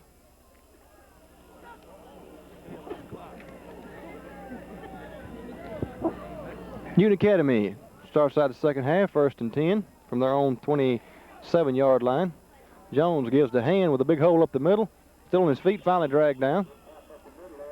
Did manage to pick up about 3 or 4 yards on that carry. Nice carry there by number 88, Paul Hand.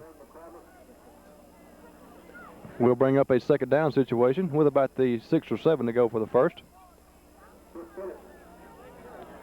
Number 60, Jason Mitchell, entered the game for the Generals with the play from the sideline. He relates it to quarterback Chad Jones. Cougars look to be using a 4-man defensive front with a 3-man linebacker set.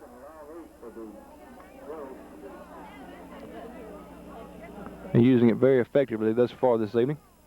As we begin the second half of play, Jones puts a wide out at the right side of the field, working with the I formation backfield. Small yardage pick up that time. I believe that was Jones with the carry himself up the middle. Number 58 entering the game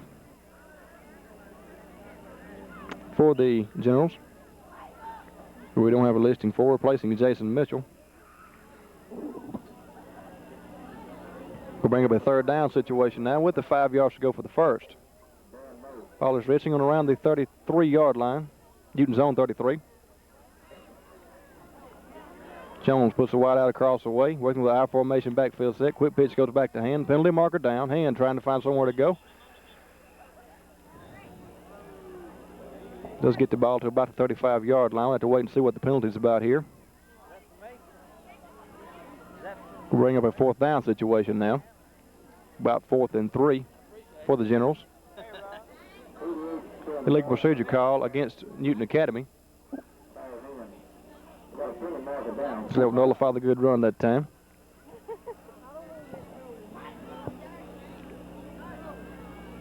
I believe it'll still be 3rd down here, but with longer yardage for another first.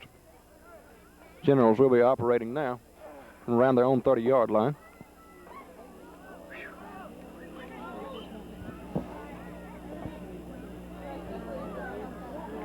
Bishop Mitchell leads the game across the way and is replaced by number 10, Mark Sorry, for the Generals. He brings in the play from the sideline.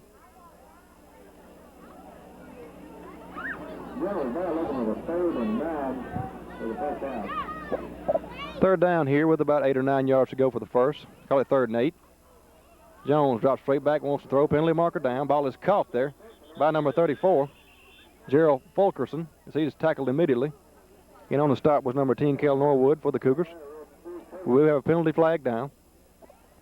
I believe it's going to be a holding call, Mitchell. Illegal procedure call against the Generals. Well, so I was wrong in that case. You win some, you lose some. What can I say? And a few do get rained out, but we've held it off so far tonight. Maybe the rest of the night, too. I think we both about give out and tired, I guarantee you. Third down here with about 13 yards to go for the first now for Newton Academy. Leaving the game offensively for the Generals. Looks like number 68, Chad Pippin, going to the far sideline across the way, as Jones sets up his offense. You know, Mitchell, he's talking about playing this tape tonight at 10 whenever we get back. You know, it's almost 10 after 9 now. I don't believe we're going to make it by that time. This has been a long game. It really has. Just beginning the second half of play, clock shows 10 minutes, 23 seconds remaining in the third quarter. We won't make it back by 10. I'll just have to replay it whenever they get back to the station, I guess, David. Definitely will, Mitchell. You know, but it's good that some of the parents, you know, that can't make it to the games, they'll get to see these guys play. You know, if not today, maybe tomorrow. Right. Game will be replayed tomorrow as well. Jones with a quick give, mix up in the backfield. He is hit there and nailed. That was number 23 finally with the ball, Shane Jenkins, with nowhere to go. Big loss on that play. See, it's tackled by a host of Cougar defenders. David, the first half was all Calhoun. Looks like it's going to start out the second half just the same way they quit the first half. You know, that defense is looking really well tonight. Also, the offense is, too. The way that offense has been blocking for those backs running through that middle. Then again, you look at this line on this defense. They firing off of there, and they hitting some people. Really makes a difference, the work in the trenches there. Newton in a punting situation. Kick is away. Kel Norwood gathers the ball in after one hop, comes to the near sideline now. He's got some running room. He's at the 45, the 40, to the 30. Finally tackled from behind. Good return that time on the punt by number 10, Kel Norwood. Gets the ball inside the 30-yard line of Newton Academy. And that's where Calhoun will take over, 1st and 10 from that point. You know, from watching these guys tonight, I believe they have really improved from what they had last year. I think they've got a much better team than they had last year, which they had a fairly good team the previous year. But the way they are firing off of that line, Coach Winters has did a real good job with them, during the spring or whatever. They are looking real well tonight. 1st and 10 Calhoun, 9:33 remaining. New quarterback in the game for the Cougars, Chip Phillips quarterbacking now for Calhoun. Fumbles the snap, picks it up himself, and does manage to get something out of the play, I believe. That was number 12, Chip Phillips with a keeper up the middle for Calhoun. We'll bring up a second down situation here. Pick up about a yard on the previous play. 2nd and 9.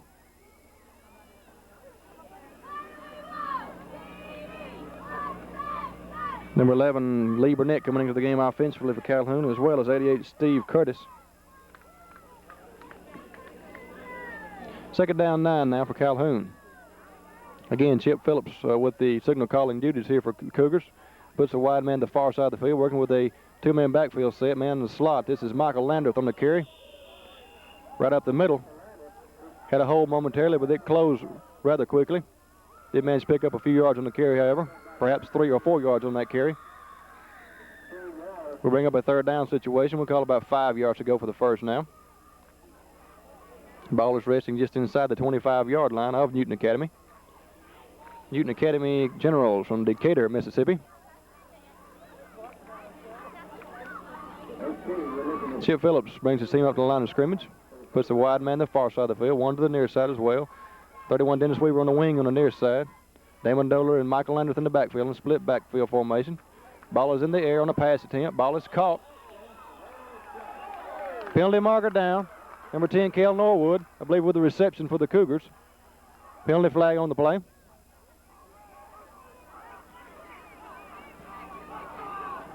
Not sure if he had possession of the ball or not. We'll have to wait and let the officials unscramble this one. 12, Chip Phillips dropped back to throw. Spotted Kel Norwood on the left side of the field.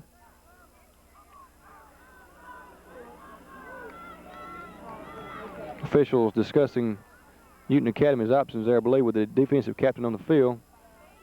Pass is ruled incomplete. Is that a personal foul, David? Call against Newton, I believe? That's what I believe it was, Mitchell. I don't really understand the call, but, you know, it was too bad we hadn't got an instant replay where we could really see it and see what did transpire out there. Yardage is being marked off here against the Generals. Cougars will have the ball in great shape once again, as they have maintained that good field position all night long this evening. Chip Phillips again with the signal calling duties for the Cougars in this series, working with the same offensive set. Referees discussing something here, causing a delay in the game. Cougars all set to go. Clock is running now with 8 minutes even remaining in the third quarter of play. Phillips calling the signals here for the Cougars. Drops straight back, wants to throw once again. Pass is incomplete. That pass was intended for number 88, Steve Curtis. Falls incomplete. You know, looking from the way Phillips is passing that ball, the boy's got a real good arm on him. You know, if he can just control it just a little bit and put the ball where he wants it. He threw behind him that time, but he had real good velocity on the ball whenever he released it. Number 12, Chip Phillips. He's listed as a quarterback wide receiver. 6 feet tall, 140 pounds, and he's a senior this year. Alternating quarterback duties for number 10, Kel Norwood, coming in at 6 feet tall, 165 pounds, and he's a senior as well. Phillips now putting wideouts left and right, working with a split backfield formation, two-man set, and Landreth and Doler. Landreth with the ball now, coming to the near sideline, trying to turn the corner. Gets hit hard there by number 23, Shane Jenkins, in on the stop defensively with the hit on Landreth.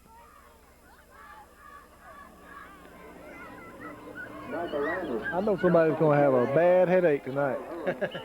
You can hear that pop all the way up here in the stands. That was amazing. That was one of the better licks tonight. You know, right there at the first of the game, I believe we had a kickoff where I can't remember exactly who it was that hit one of the Generals out there. You know, I know that boy's going to be hurting tomorrow too.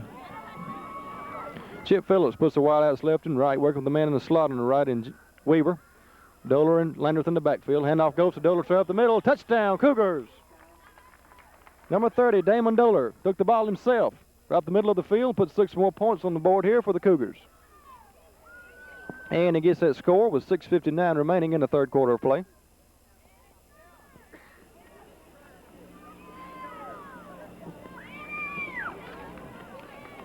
On to attempt the extra point for Calhoun will be number 11, Lee Burnett.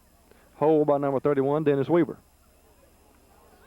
Now they alternate this time. Weaver will be kicking the extra point. Hold by Lee Burnett. Kick is up. And it's good. That makes it Calhoun 33, Newton Academy 0, in what has turned into a rout. 6 minutes, 59 seconds remaining in the third quarter. We'd like to remind you of the sponsors bringing you tonight's game. They are Calhoun City Telephone Company, Bose Honda in Bruce, Custom Dimensions, and the Calhoun County Co-op. Custom Dimension of Calhoun City would like to take this opportunity to wish the Calhoun Academy Cougars the best in the 1989-90 football season. Custom Dimensions is a key industry located in a key community. Custom Dimensions of Calhoun City. Also, Bose Honda. When do you think, or who do you think of when you think of a Honda? Well, Bose Honda of Bruce. Bose Honda has been serving this area for over 50 years. There are people who know the Honda business. And now is the time for the hunters of this viewing area to be thinking about a new four-wheeler for the hunting season ahead. Go by and talk with Jerry Bowes and his staff about a four-wheeler for your hunting success. Bowes Honda, located south of the square in Bruce. Kickoff went to Newton Academy. Some scramble for the ball there, and they'll take over 1st and 10 inside their own 30, or about the 29-yard line. 6:55 remaining in the third quarter. Joined us late is Calhoun 34, Newton Academy at 0 in their season opener, and in our season opener for the W07BN Sports Crew.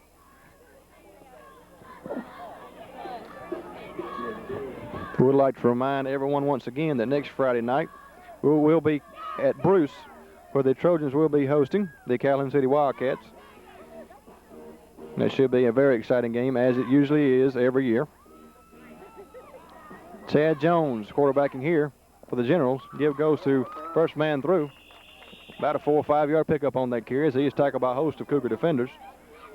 Number 64, John Jones in there with a carry for the Generals.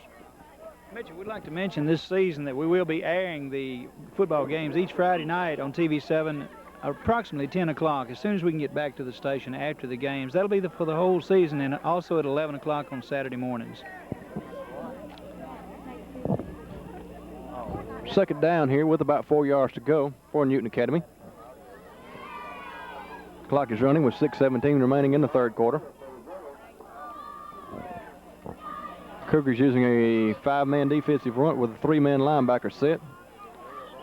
Handoff goes to number 64, I believe, with that carry, and he got the first down. Again, that was John Jones bulling his way over for the first down. He moved the ball out over his own 40-yard line. It will be 1st and 10 here for the Generals. Maybe Newton Academy having trouble getting anything established offensively on the ground or in the area they want. I don't think Jones has had that many pass attempts, but this has been the most impressive drive thus far on the ground with this number 64, John Jones, carrying the ball. You know, it definitely has, Mitchell. I believe the Calhoun Academy has made a few replacements out there, so that could affect it just a little bit, too. Some of the boys haven't got as much experience as the first team does. John Hand finally with the ball. He is hit hard there by the Cougars. He managed to pick up about a yard on the carry. Call it 2, maybe. We'll call it second down, maybe 8 yards to go for the first. Ball is now resting on around the 42-yard line, between the 42 and 43. Newton's on 42.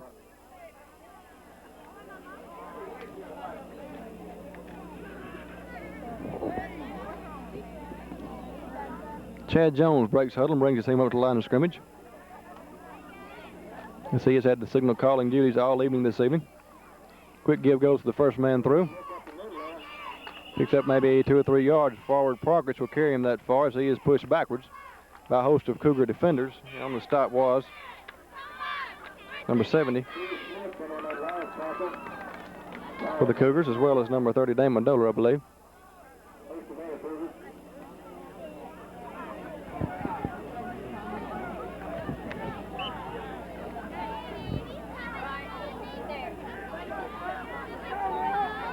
Number 10 leaving the game offensively across the way, Mark Sorey for the Generals.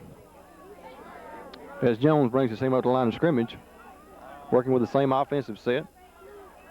Man in a slot on the left side, and number 23, Shane Jenkins.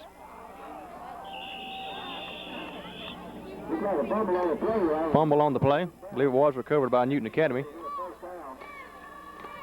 It will be 1st and 10 now for the Generals, as they are mounting the real only substantial drive in the game thus far this evening to begin the second half of play. Well, there's 4 minutes and 11 seconds remaining in the third quarter here.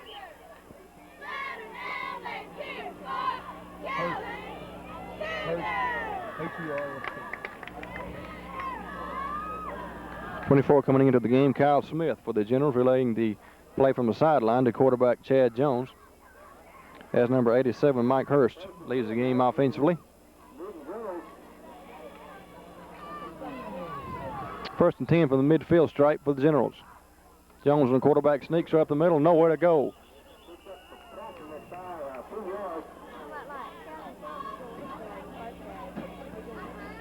Forward progress did carry him to about the 48-yard line, I believe. He is hit hard there and pushed back. We'll call it second down, 8 yards to go now. Clock is running, 3:24 remaining in the third quarter. Mark Sorey entering the game, replacing number 64, John Jones, for the Generals, as he brings in the play from the sideline. Relays it to Chad Jones.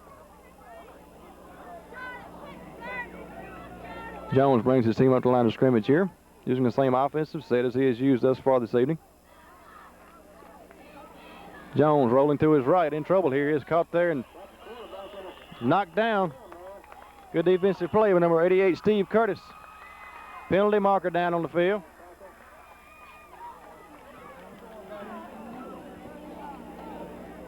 Got to wait and get the official ruling on the penalty here.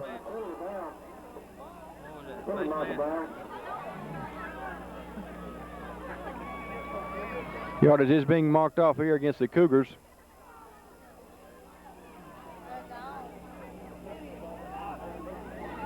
Currently awaiting the call of the referee.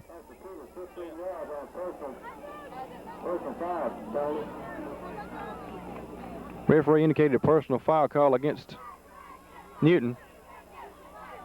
That's not the case. It was against Calhoun. Some indecision among the referees here. First and 10, Newton in any event. Jones with a quick wheel fumble on the play. Ball is still loose. We'll have to wait and see who has recovered the fumble here. I believe Calhoun may have recovered.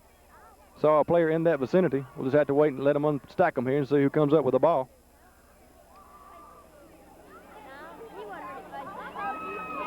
Referees indicate that the Generals will still have possession.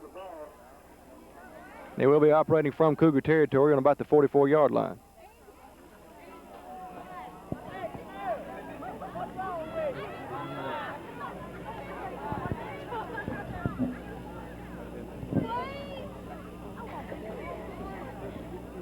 We'll bring up a second down situation here, with the 10 yards to go for the first.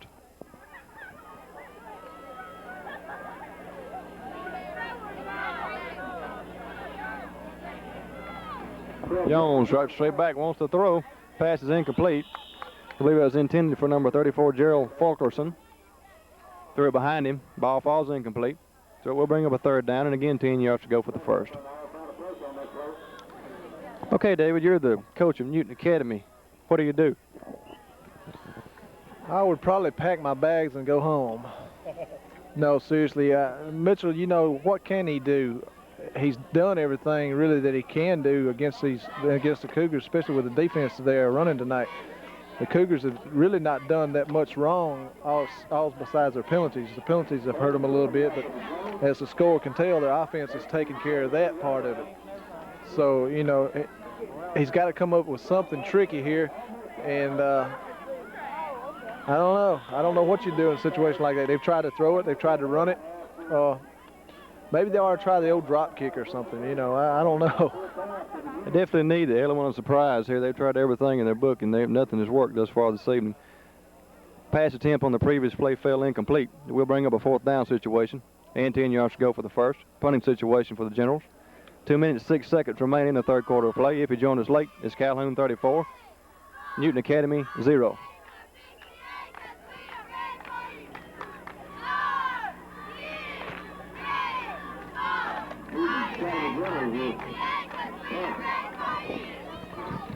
Number 50 gets his foot in the ball. Shane Wall. This is Kel Norwood on return for the Cougars.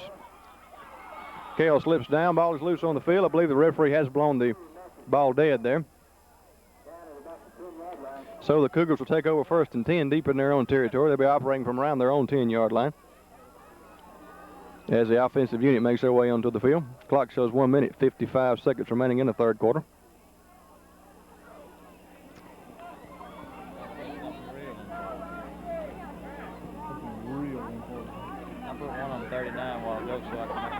Cougars ball at about the 10-yard line, and then it's first and 10 to take half.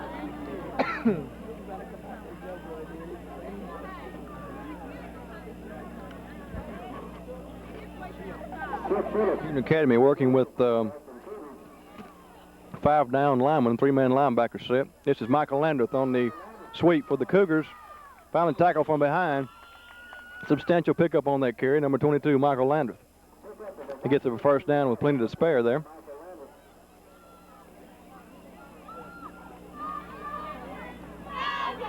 He gets the ball to around the 25-yard line, I believe, of the Cougars. Calls to 23, 24.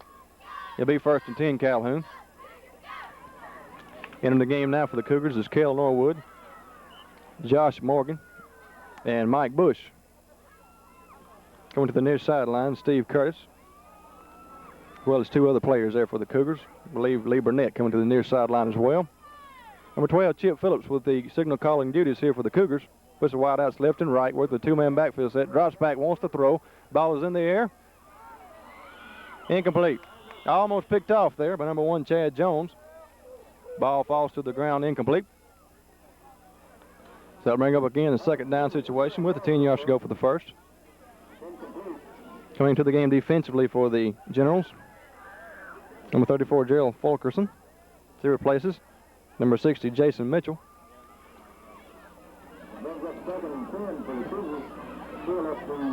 Dennis Weaver and Lee Burnett, as well as number 51, Derek Taylor, entered the game for the Cougars on offense.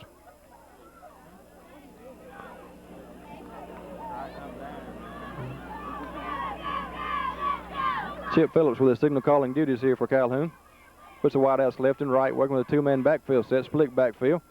Give goes, I believe, number 30, Damon Doler. Not much running in that time for Doler.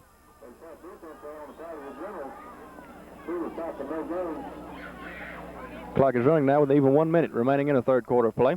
If you joined us late, it's Calhoun 34, Newton 0. We'll bring up a 3rd down situation. And again, 10 yards to go for the first as the Cougars put 3 fresh players in the game, as they have been doing thus far this evening on several occasions offensively.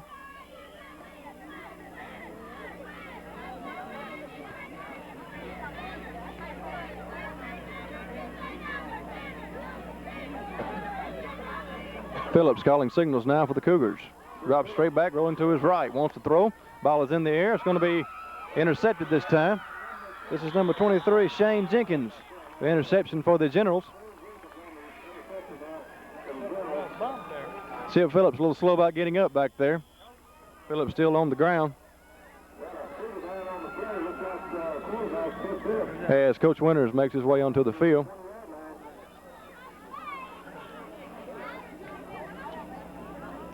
When we resume play, will be Generals ball 1st and 10. We'll be operating from Calhoun territory on about the 40-yard line. Clock shows 19 seconds remaining now in the 3rd quarter of play. We'll be right back momentarily. Stay with us.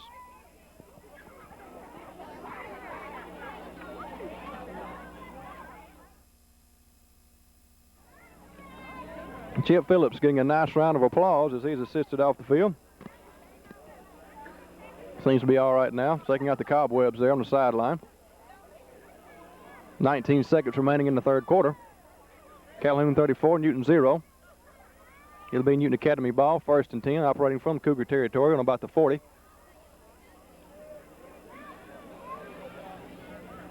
David, surprisingly, these mosquitoes haven't been that bad this evening. You know, I think it's cooled off a little bit, Mitchell. Here, at first when we got out here, it was sort of humid and it got hot until this cloud come over, and then it's got a little bit cooler out here. So we'll just have to wait till we get over to Calhoun City Field and see how them mosquitoes are over there. They've got some dinosaurs flying around over there. Jones rolls to his right, in trouble here, wants to throw, airs it out, got a man, pass is complete. That was number 34, Gerald Fulkerson, on a reception for the Generals. Plenty of room for the 1st down. I believe this is Newton's only real scoring throw of the game thus far, David. That's one of their better plays that they have run all night long, Mitchell. They ran that play earlier, you know, and it worked for them. The only thing is, if that quarterback can get out around that end, he can pretty well throw that ball pretty good, but they have really been putting the pressure on him. But it worked for them that time, as it did, you know, maybe in the 1st or 2nd quarter, whichever it was. And they need to do a little bit more of that. That's the end of the 3rd quarter of play. Calhoun 34, Newton 0. And here's Ann. Again, we would like to remind you of the people who are sponsoring tonight's game and the Calhoun Academy football games for this season. Calhoun City Telephone Company, Custom Dimensions, Bowles Honda of Bruce, and the Calhoun County Co-op located in Calhoun City. We hope you will take the time to drop by these places and thank the people for bringing you the Calhoun Academy Cougar football games this season right here on Channel 7. Again, let us remind you that you can see the game at 11 o'clock a.m. on Saturday morning and immediately after the game on Friday night at approximately 10 o'clock p.m. So we invite you to join us at one or both of these times for the replay of the Calhoun Academy Cougar Newton General football game. And we'll begin the fourth quarter of play with Newton in possession, working from Calhoun territory. Number 28 on that carry. I don't believe I have a list for. Perhaps number 23 will be Shane Jenkins in that event.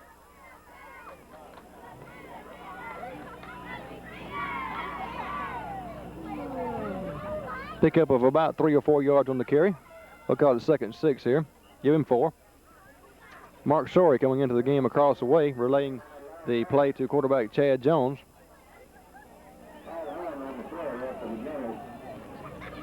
And so he replaces number 88, Paul Hand, leaving the game now.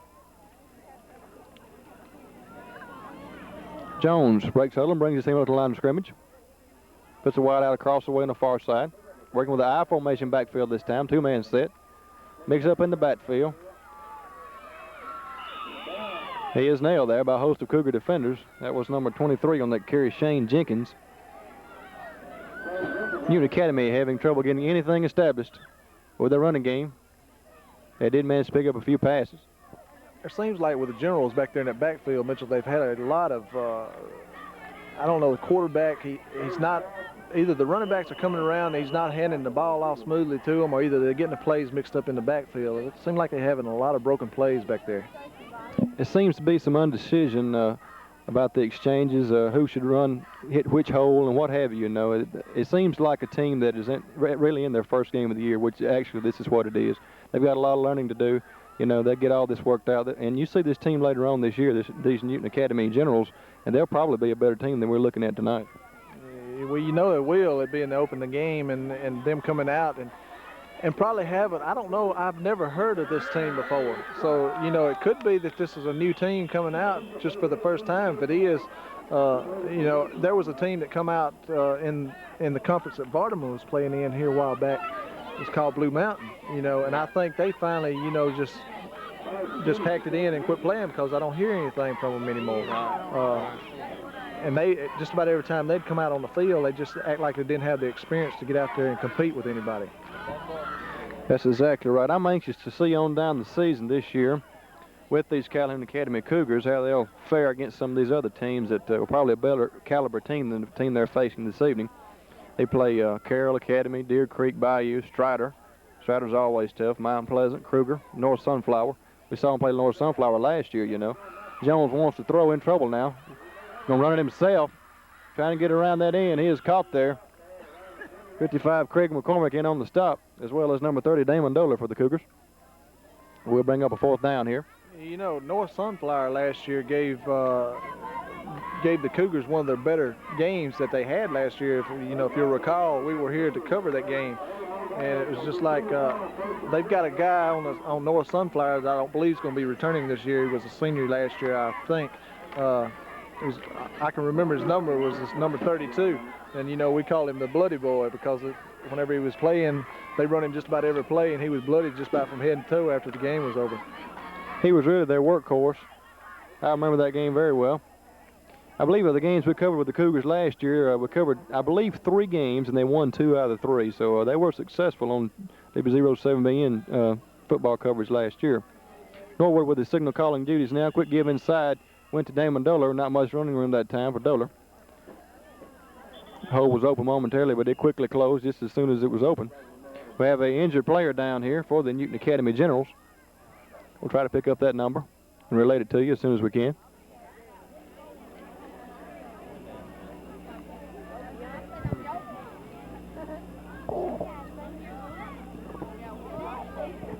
Clock shows 10 minutes and 13 seconds remaining in the game. I believe that's number 75, Glenn Hollingsworth, the injured player for the Generals. He's leaving the field under his own power now, so he's all right. If you joined us late, it's 34 Calhoun, 0 Newton. It's been all Calhoun Academy this evening.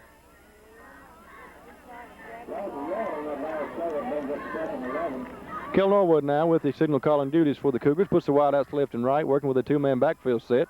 Rolling to his left, behind two blockers in Doler and Landreth. Tries to find somewhere to go, fumbles the ball. Goes back, tries to retrieve it. We'll have to get, I believe Newton Academy has recovered, and they have. Officials indicate so.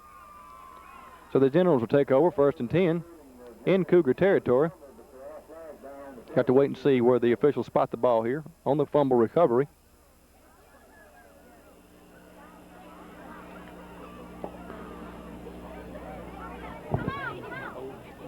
Holding call against Calhoun here. Will be a decline, obviously. So Newton Academy will take over 1st and 10. As the offensive unit comes on for the Generals, as do the defensive players for the Cougars of Calhoun.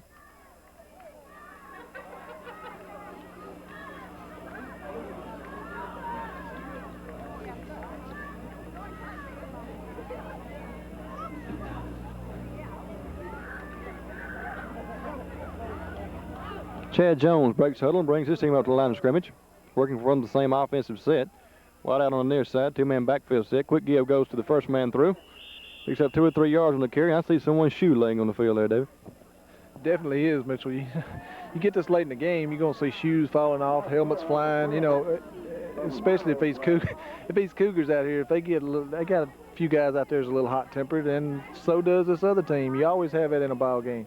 I know I seen one guy over on the Generals a while ago. He pulled his helmet off and started jumping around, but you know, he didn't think that whenever the play was down there on a personal foul, he didn't think he had a personal foul. And in my opinion, I really don't know, because I couldn't tell from where we were at. 2nd down and 7 here. Quick pitch goes back to Hand, trying to turn the corner. It's hit and nailed by several Cougar defenders. On the start was Derek Taylor, number 51, as well as Michael Ingram, number 50. Also 88 Steve Curtis in there on the stop defensively for Calhoun. You know, Mitchell, I think it's September the 9th. We're going to go down to New Orleans down there. I'm looking forward to that, going to see the Saints and the Cowboys play. How do you feel about it? Well, I'm really excited about it, too. You know, that's something I've been looking forward to for quite, several months here. And it's always exciting to go down to New Orleans, go to the Superdome. I was able to go last year and see the Saints and the 49ers play. Unfortunately, San Francisco won by 1 point. Maybe New Orleans will come out on top this year.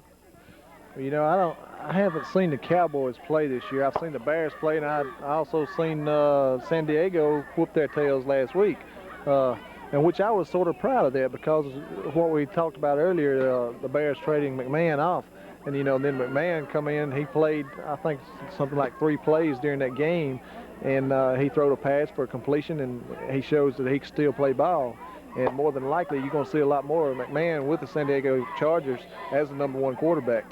And if that's the case, I probably will switch momentum and probably go with San Diego whenever they do play the Bears, just because of that one reason. I've always liked the Bears, and I probably always will like them. If they get rid of Ditka, I'd like them even better, because I don't like the coach they have. I think he's got an attitude problem, and which maybe that's one reason for their success, is because he has that attitude problem. Well, it's pretty interesting. I've read some stuff about the trade. I've seen some things on the news about it. I read an article the other day in Sports Illustrated, and this guy was holding up a sign that said "Trade Ditka," instead of "Trade McMahon." The people of Chicago seem to have been behind Jim McMahon all the way in the thing, and I guess it's just a matter of opinion. Those closer to the team or closer to the press or what have you than we are will know more about it probably than we do. But it's a strange happening. I think it's probably an ego problem between Ditka and McMahon, and I think Ditka just may have won out. I don't know, but that's what I've heard. Well, it's just like I was talking. Ditka has got an attitude problem. There's no doubt about it. The way he gives interviews and everything, but like I said, the secret to the Bears' success may be because of that attitude he's got. Absolutely. 8 minutes, 35 seconds remaining in the game. Calhoun 34, Newton 0.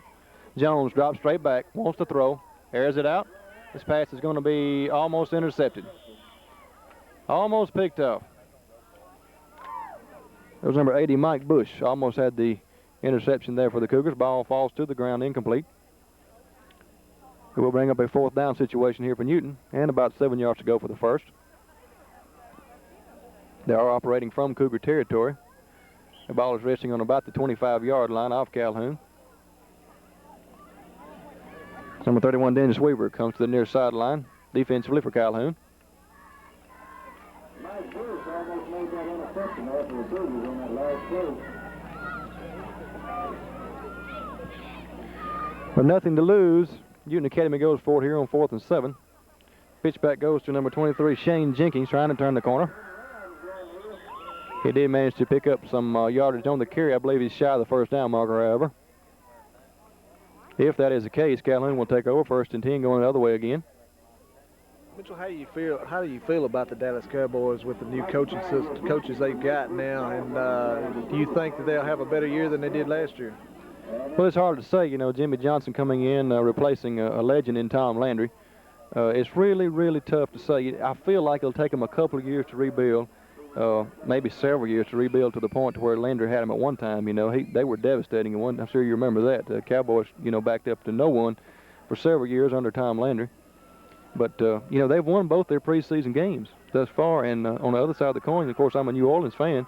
The Saints have lost both their preseason games, which it is preseason. They realize they're playing 2nd and 3rd stringers, you know.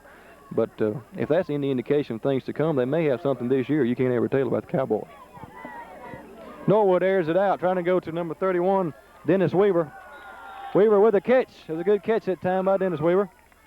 That right there shows a good receiver, Mitchell. You know, he come out there, he was looking for that ball. He went up with the defender and just more or less took it away from him. He kept his eye on the ball, come back for it, and made the reception. Good play by number 31, Dennis Weaver. Weaver comes to the near sideline, hobbling off the field. Phillips coming back into the game, as well as Josh Morgan and Mike Bush offensively for the Cougars. It will be 1st and 10 Calhoun. We're operating from around their own 40-yard line here. Kel Norwood in there with the signal calling duties now for Calhoun. Was wide out the far side of the field. Drops straight back, wants to throw. Airs it out over the middle. Pass is going to be overthrown. Number 12, Chip Phillips, was the nearest pass receiver on that particular play. Norwood overshot him. We'll make up a 2nd down situation. And again, 10 yards to go for the first. Clock now shows 7 minutes, 42 seconds remaining in the game.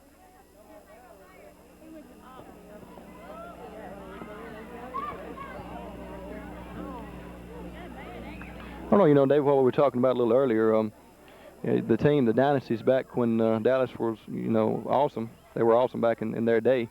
You got to think back at the Pittsburgh Steelers, too. They won the Super Bowl, you know, 3 or 4 times in a row, I think, and they beat Dallas a couple of times in there, too. But Pittsburgh has not had anything for several years, and will under Chuck Noll, of course, he's still head coach over there.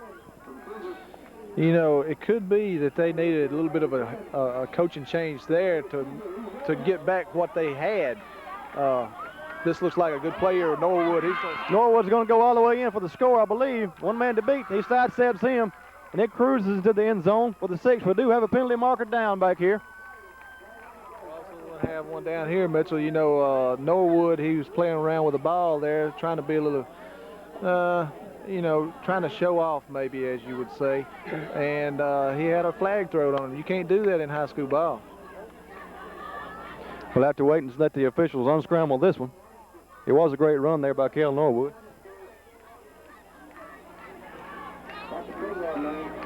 It was approximately a 60-yard touchdown run by Kel Norwood. Clock shows 7 minutes, 25 seconds remaining in the game. They're bringing it back, I believe.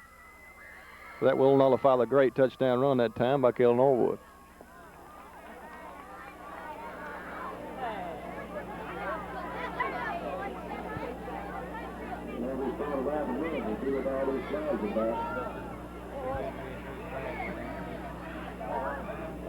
Still awaiting the word from the official on the official ruling. Holding against the Cougars.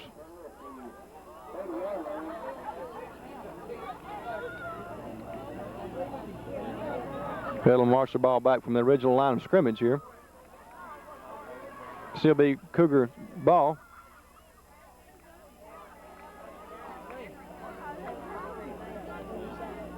We'll wait and see from what point.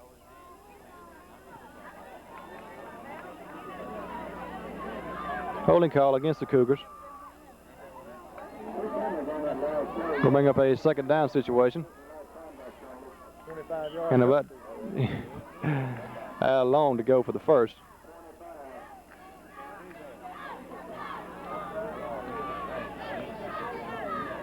Norwood gives off to Damon Doler, trying to find somewhere to go on the right side. Doesn't manage to pick up a few yards on the carry before he's tackled by a host of general defenders. Lee Burnett coming into the game, as well as 88 Steve Curtis for Calhoun, replacing number 80 Mike Bush, coming to the near sideline, as well as number 81 Josh Morgan.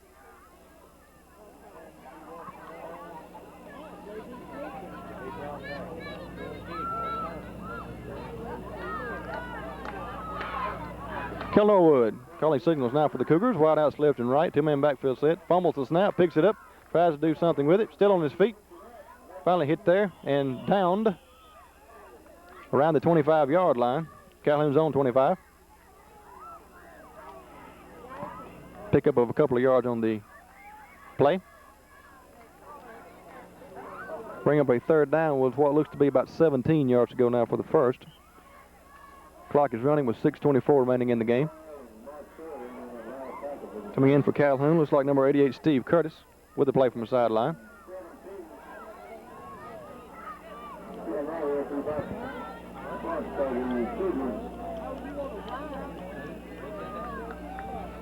Fourth and 15 here for Calhoun. Norwood back in punt formation, gets the punt on the first snap. Punt is partially blocked.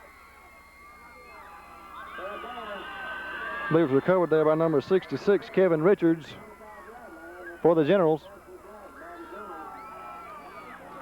So Newton Academy will start this drive in good field position this time, looking to put something on the board here in the fourth quarter of play. Calhoun 34, Newton 0.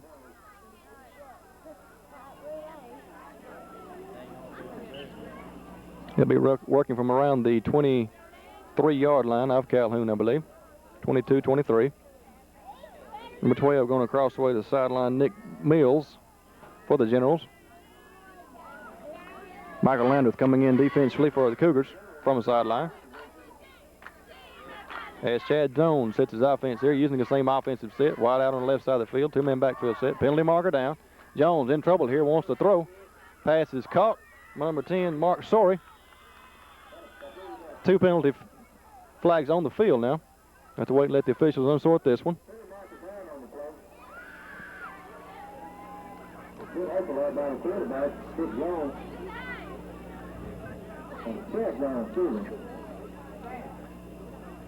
We're right back momentarily. Stay with us.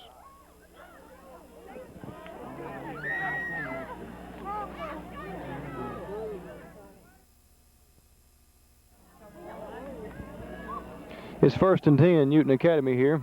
Jones with a quick give goes number 88, Paul Hand, finding substantial running room there on the right side before he is tackled by a host of Cougar defenders. I believe this is the deepest scoring threat of the evening for Newton Academy.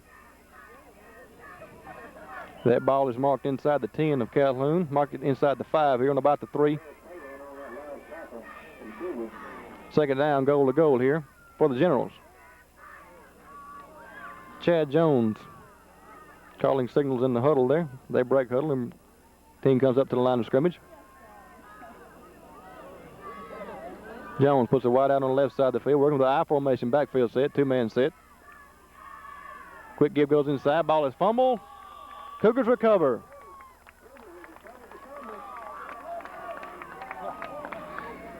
There's number 51, Derek Taylor, with that recovery defensively for Calhoun. And they'll take over 1st and 10 deep in their own territory here with 4 minutes and 47 seconds remaining in the game. Piece of paper. Thank you.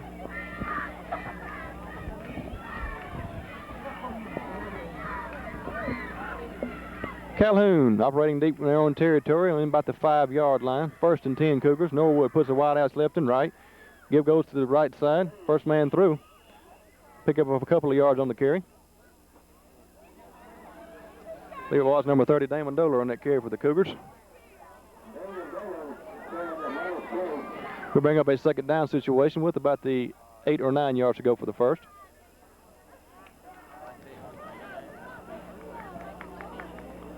Clock shows 4 minutes and 21 seconds now remaining in the game.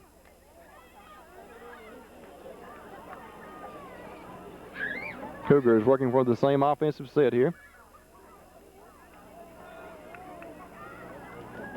Norwood with a quick give inside. I believe that again was number 30, Damon Doler. Finding the going rough there up the middle on that particular play. He managed to pick up a yard or 2 on the carry, however. We'll bring up a 3rd down situation now. We'll call it 7 to go for the first. Cougars alternating those 3 players as they have done all evening this evening, putting 3 fresh players in offensively after virtually every play.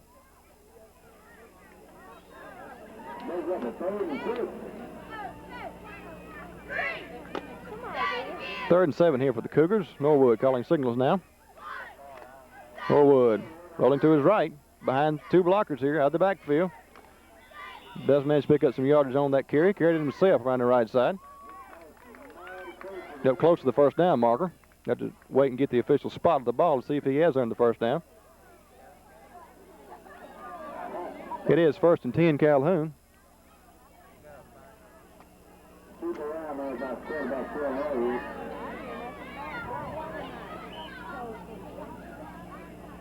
Clock is running once again. 3:06 now remaining. We are in the 4th quarter of play. It's 34 Calhoun, 0 Newton.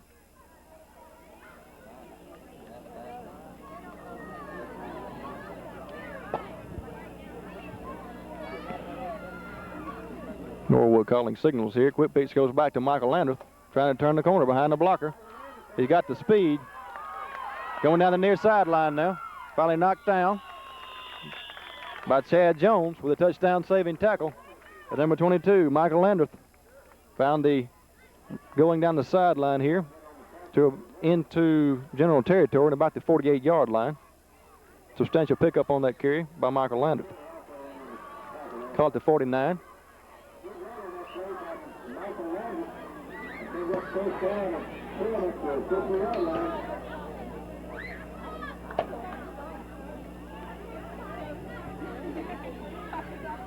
Clock shows 2 minutes and 6 seconds remaining in the game now, and the clock is running. Norwood sets up his offense here using the same offensive set, working with a split backfield formation here.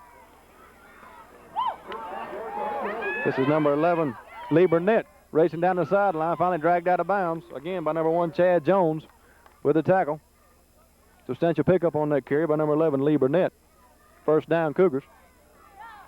They're marching the ball right down the field here on the Generals.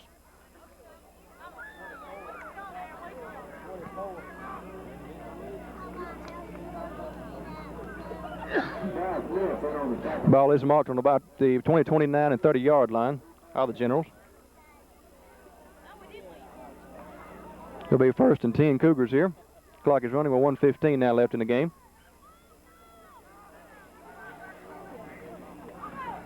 Quick give inside goes to the 2nd man through. Not much running room that time.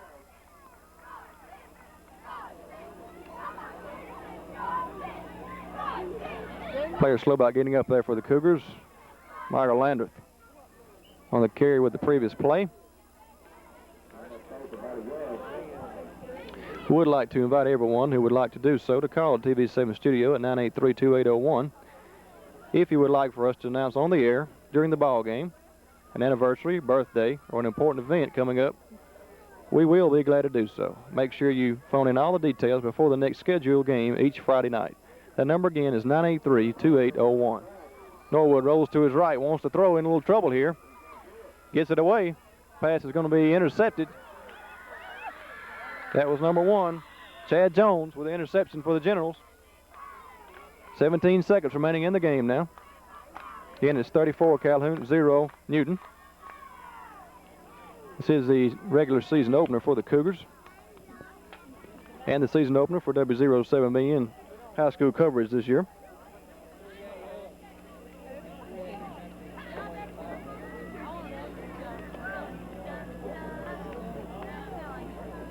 Cougars did participate in a jamboree that was played at Strider. I understand they were successful there before this game. This evening, it was played on August the 17th, the jamboree at Strider. 1st and 10 Newton here. Jones calling signals. Pitch back, goes back to Hand, trying to turn the corner and nowhere to go. Here's nailed by number 51, Derek Taylor, in on the tackle. Craig McCormick in there as well. Countdown, 4 seconds remaining in the game. Ball game is over. Calhoun Academy season opener is successful. It's 34 Calhoun, 0 Newton. We'll be right back momentarily with some unofficial total game statistics. Stay with us.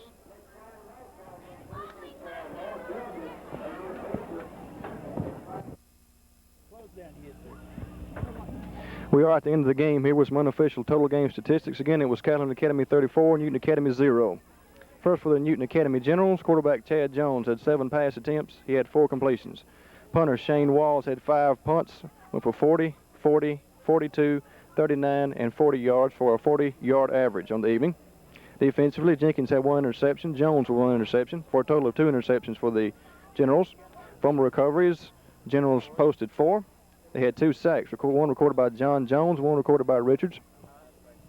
They were called for 7 penalties on the evening for a total of 45 yards.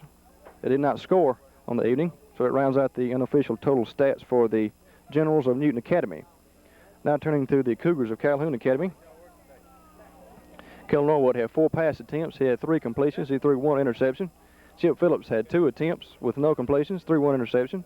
Punter Norwood had 3 punts, and he went for 43, 55, and he had 1 punt blocked on the evening. Kicker Dennis Weaver had 3 extra point attempts, and he was successful with all 3 attempts.